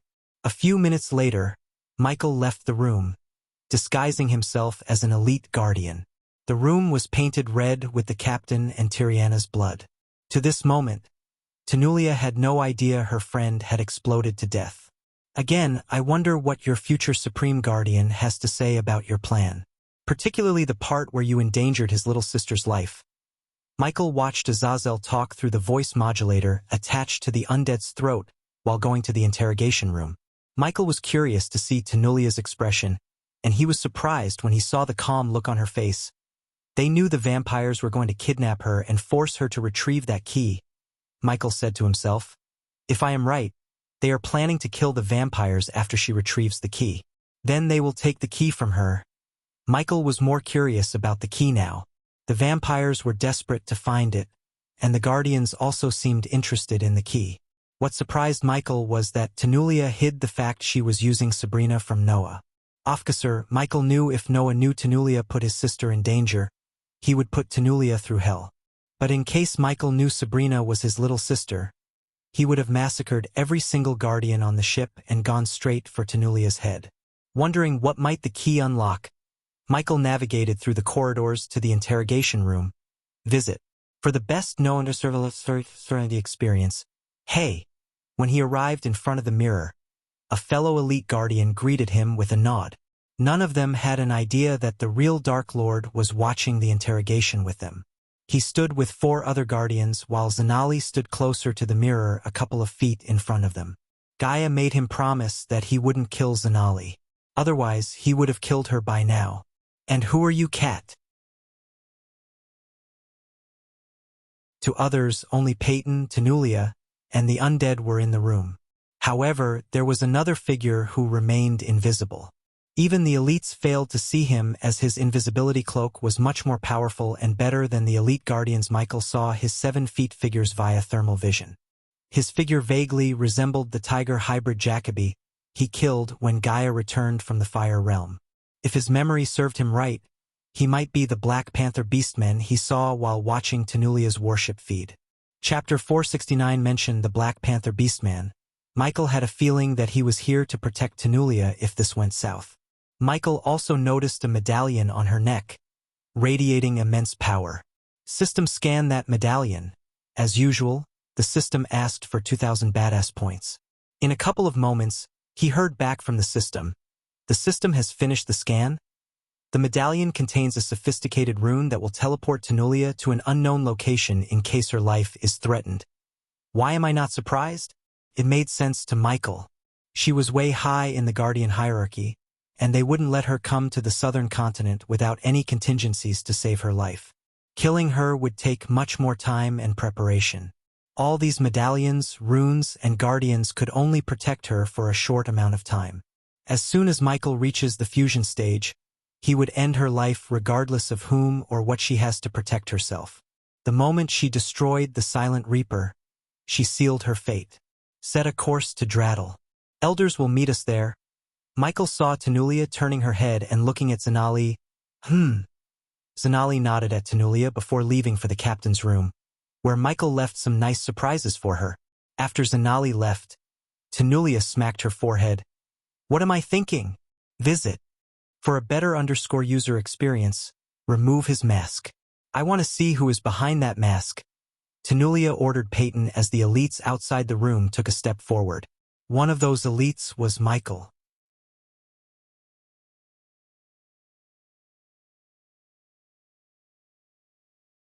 Sometime in the future, under the pitch-black sky, a castle menacingly stood in the middle of thousands of warriors. The sky was lit by the hundreds of fireballs, lightning bolts, and meteors sent by the mages down and in the air. The castle's black walls remained firm despite being bombarded by thousands of angry mobs. They all looked like ants in front of the giant castle. As far as one could see, there was nothing but scorched land around the castle, which was previously crowded with ancient forests. Suddenly, as they were sieging the castle vibrated, resonating an ear-piercing howling sound. Boom! As the sound traveled for hundreds of miles, a ring of dark flames expanded rapidly, burning everyone in the vicinity to ashes. Cast the light barrier. The hundreds of mages in white robes shouted as loud as they could and formed a human chain around the castle. Then, they all raised their staff towards the sky as it slowly split open to release a bright white light. Just as the bright light was coming from the sky, a dark mist surrounded the castle, turning the surroundings darker than before. At the same time, thousands of warships were approaching the castle on the horizon. The staff of the mages began to radiate a dim light on the ground. Soon, the dim light weaved a shield in front of them. When the dark flames met the shield, its movement was halted. The dark flames tried to push through the force field as cracks formed in the white shield. Fighting one of the most powerful primordial flames, the immortal mages broke into a sweat. Meanwhile, in one of the warships approaching the castle, a golden-haired man was staring at the map of the dark forest. Several other men adorned with golden armor stood around the large oak table, and they all bore serious expressions on their faces. "General Evan, what are your next orders?" One of the golden-armored warriors asked General Evan Clark. "Push forward. Permission to speak freely, General." Another golden-armored warrior asked General Clark. "Permission granted." When Evan nodded, the soldier removed his golden helmet to reveal her alluring face and striking golden hair. Despite their real age, they all looked like they were in their early 30s because of their cultivation levels. "Evan, why are we sending half of our troops to the castle where we know the Dark Lord isn't? We all know the Dark Lord is in the crypt. Visit." For the best no-understanding experience, the other soldiers didn't speak a word, but they all agreed with her. Unlike her, they couldn't ask the general so freely. "Because we have someone far more important in that castle who could end this war forever." The soldiers were stunned as Evan let out a deep breath. "Listen to me, men. I was instructed not to disclose the information until I got the confirmation. Now that I received it from the Queen, it's time for you to know our real objective." Everyone's gaze was on Evan for what he was about to tell them. But, instead of explaining, Evan flicked his wrist as a holographic image of an infant child appeared above the table. "We have confirmation that the Dark Child is in the castle." The golden-haired lattice eyes went wide as the others looked pale behind their helmets. It's a rumor, isn't it?" A soldier stuttered, trembling in fear. "It's not a rumor. The Dark Child is real. Our orders are to kill the Dark Child no matter the cost." The soldiers were stunned by his words as the golden-haired woman strolled to Evan from the other side of the table. "Even if it's the spawn of the Dark Lord and the Dark Queen, we don't kill a child, Evan. We are no different than the Dark Lord if we did that," she gravely said. "Orders are orders, Victoria, and this order came directly from the Queen." "Evan dash. It's General Evan, Captain Victoria." Evan cut her off in the middle before she could finish her sentence. "Yes, General." Her eyes showed reluctance, but she decided to follow his lead, because he was not only the general but also her husband. "General, if the Dark Child is in the castle, the Dark Queen won't be too far. We have no idea about her whereabouts, but expect high resistance from the Dark Lord's army. They wouldn't let us kill the child so easily." With another flick of his wrist, the child's image disappeared, and the castle appeared before them. Evan pointed to a red dot on the far east side of the castle where the castle's fire-breathing tower was located.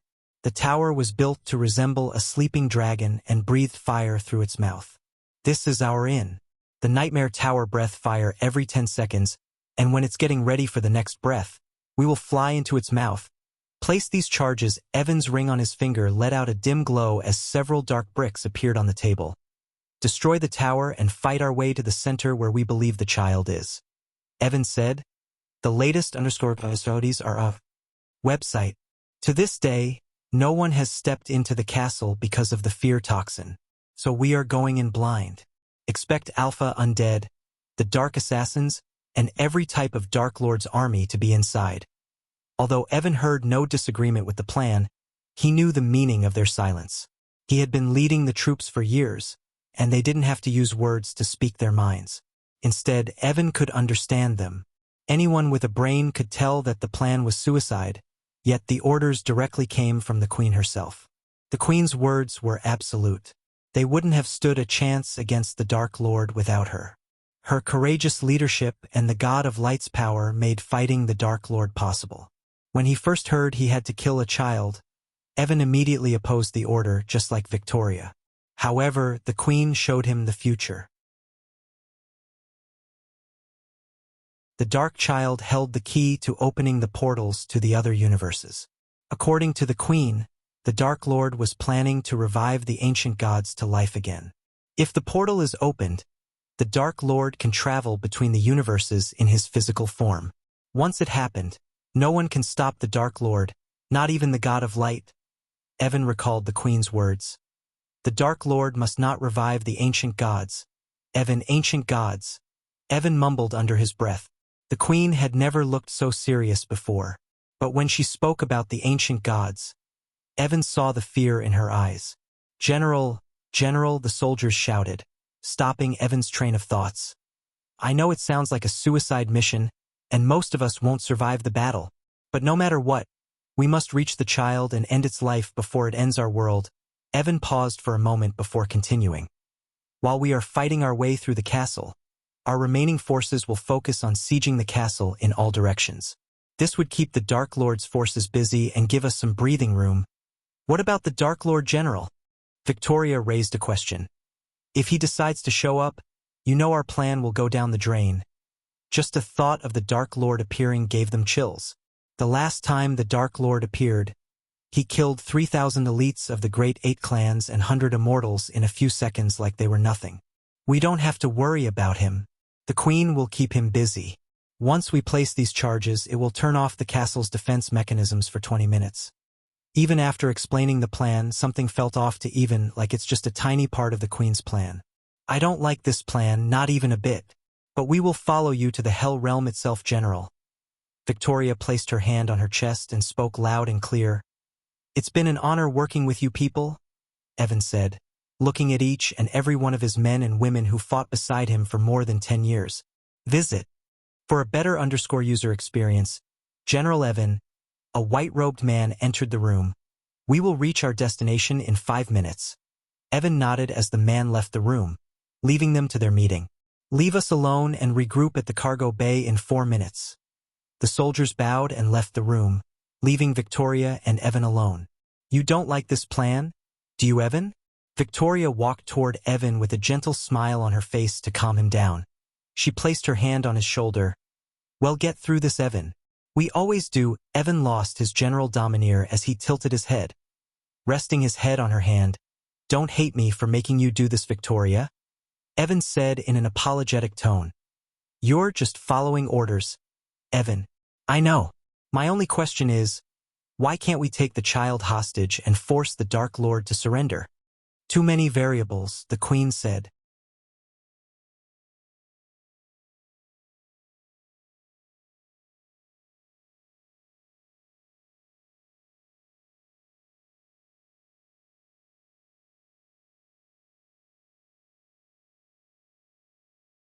But seeing the grave look on their faces, she lost all the color on her face.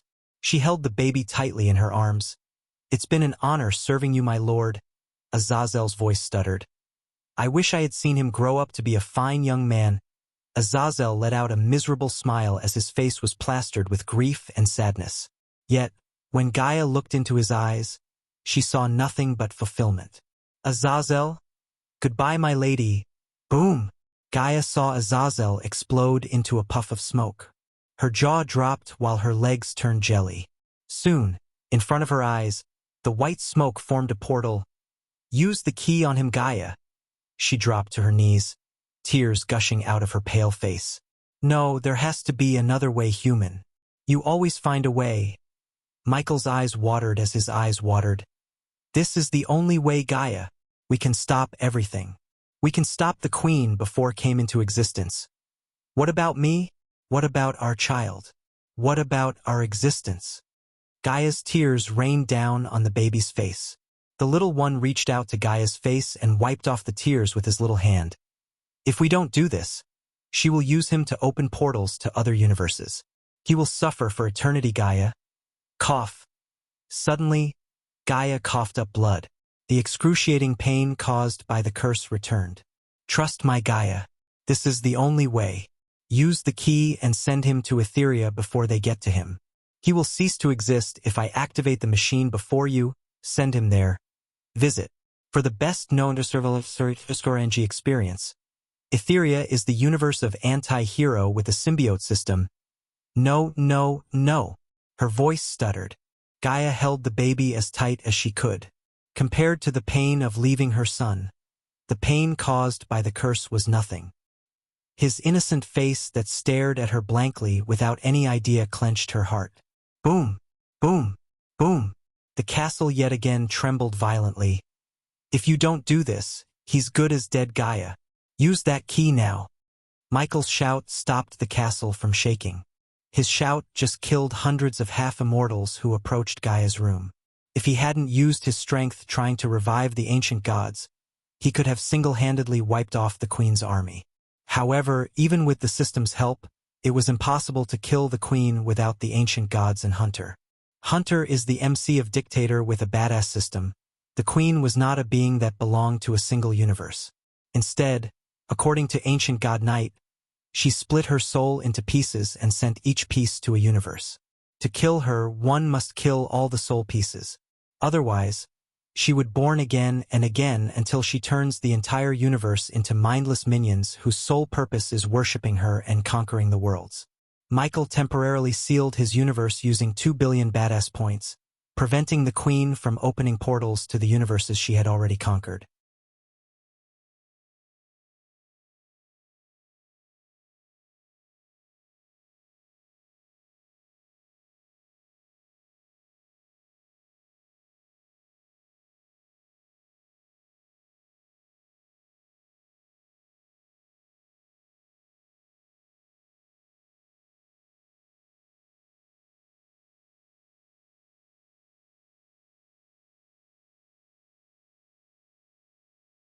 Being an elder meant bigger hunting grounds and more power.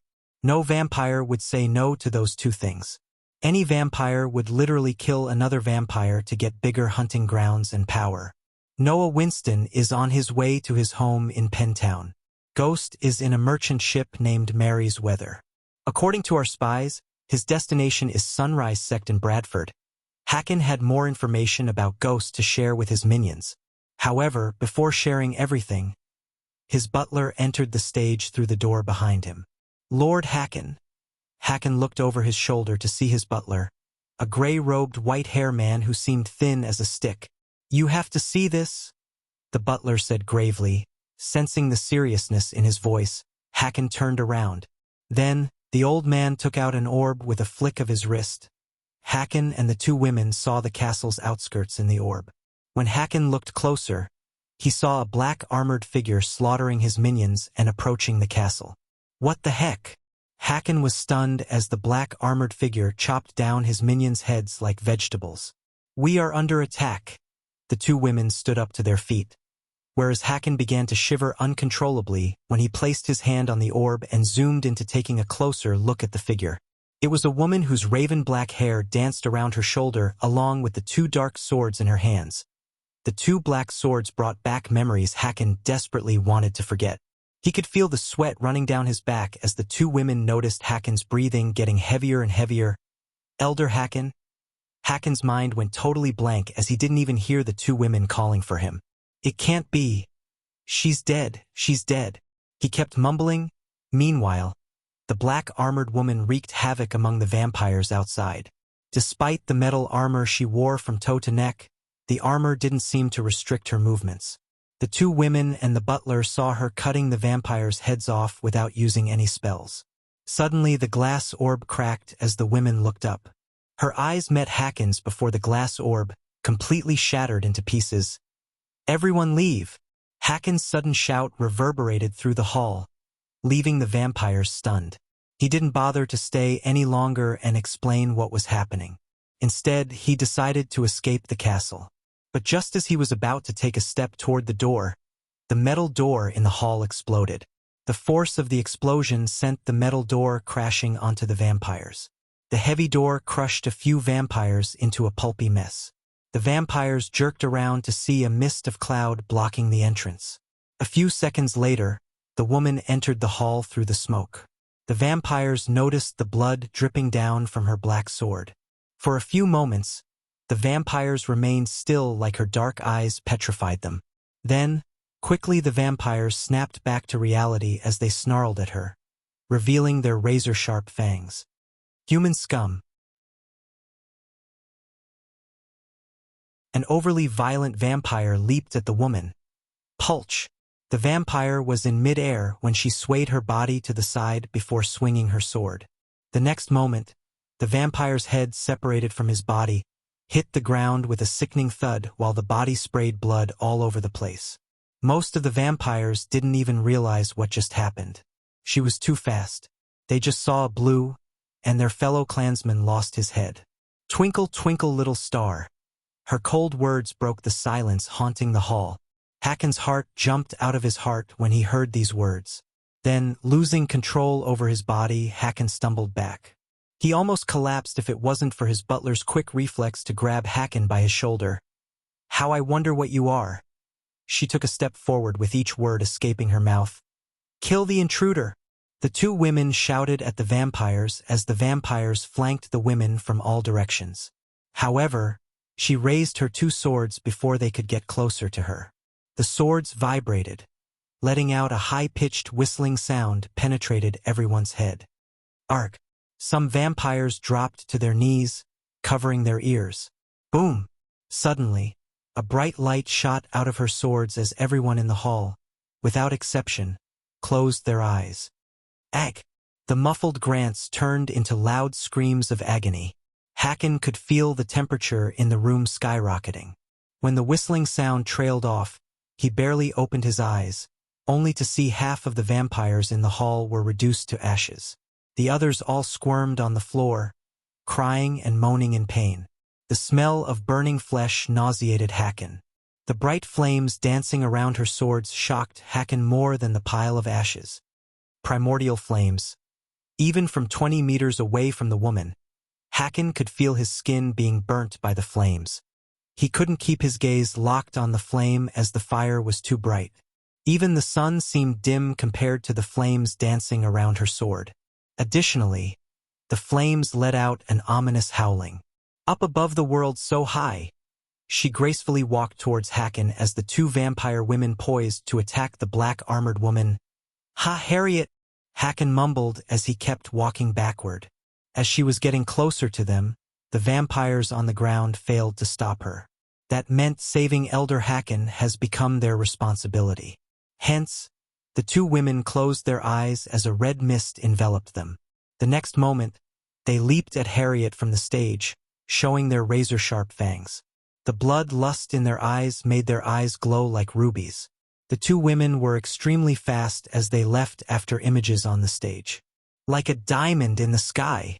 Just as they were in mid-air, Harriet finished her rhyme. The two women were fast, but Harriet was faster. Finally, she just swung her sword, sending a crescent wave of light flames. The only primordial flame that stood beside the dark flames in the power hierarchy.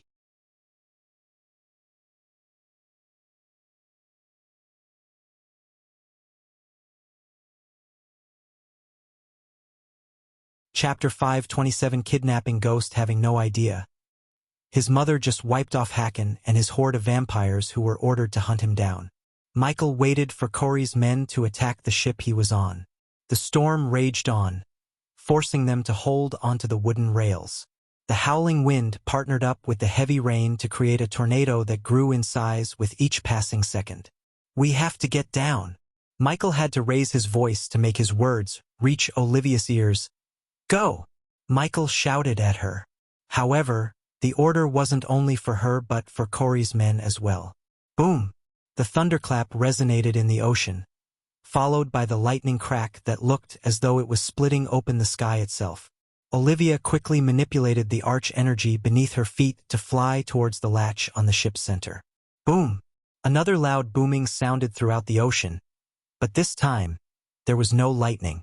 Instead, the entire ship trembled violently as Olivia was thrown off onto the wet floor.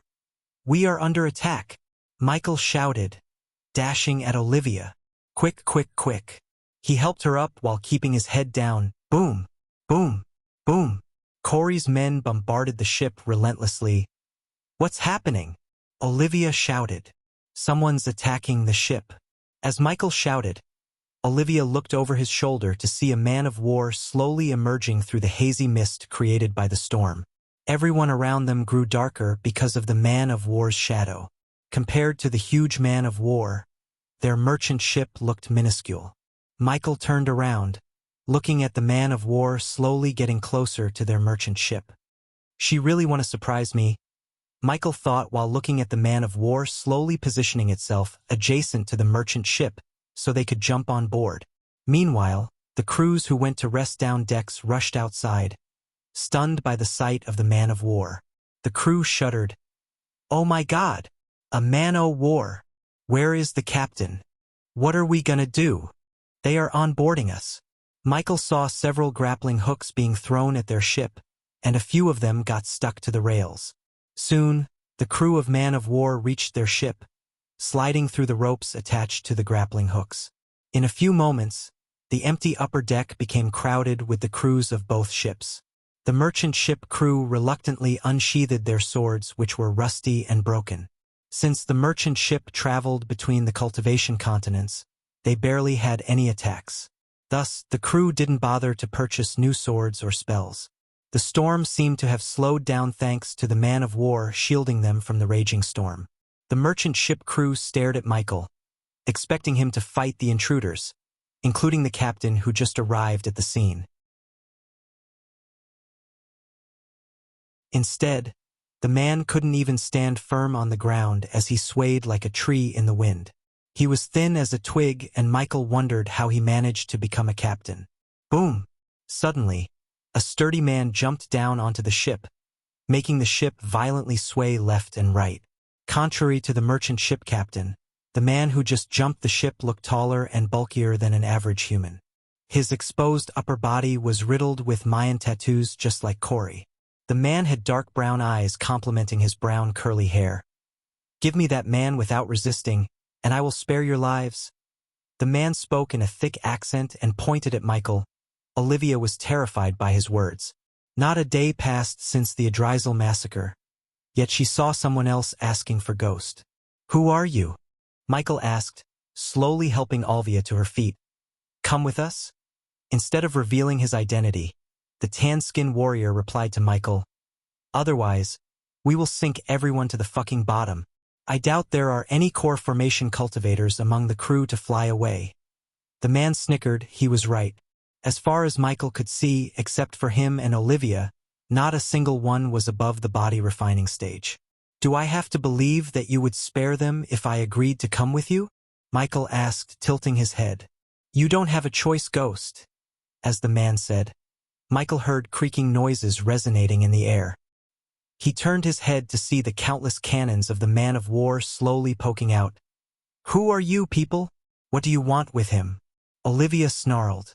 She had enough of people threatening her and Ghost for one day. She was about to cast a spell as Michael sensed the arch energy around him fluctuating. But he quickly squeezed her hand. We have seen enough deaths, Michael whispered. Then he looked back at the man while the merchant ship crew stared at Michael, wordlessly begging him to go with them and save their lives. You got me? Michael threw his arms in the sky. Teacher! Olivia growled as she grabbed his hands. Michael turned out with a gentle smile on his face. I survived worse. Just quit whining and reach home safe. Michael squeezed her arm as a gesture of reassuring her before stepping toward the pirates. When Michael reached his side, the man's gaze swept across the ship. If you wish to see him alive, don't tell anyone about this. He directed his gaze at Olivia. Trust me when I say this, people. If you breathe a word about this, we will kill you and your kin. According to Michael's plan, the pirates had no idea Ghost is the Dark Lord. As far as they were concerned, the Dark Lord ordered Corey to capture him, and Corey conveyed the order to them. Even Corey thought Ghost was one of the Dark Lord's targets. Listen to them. Do not speak a word of it. Olivia didn't nod but stared at him with a blank mind. She only snapped back to reality when the man grabbed Ghost by his collar and leaped back to the man-of-war.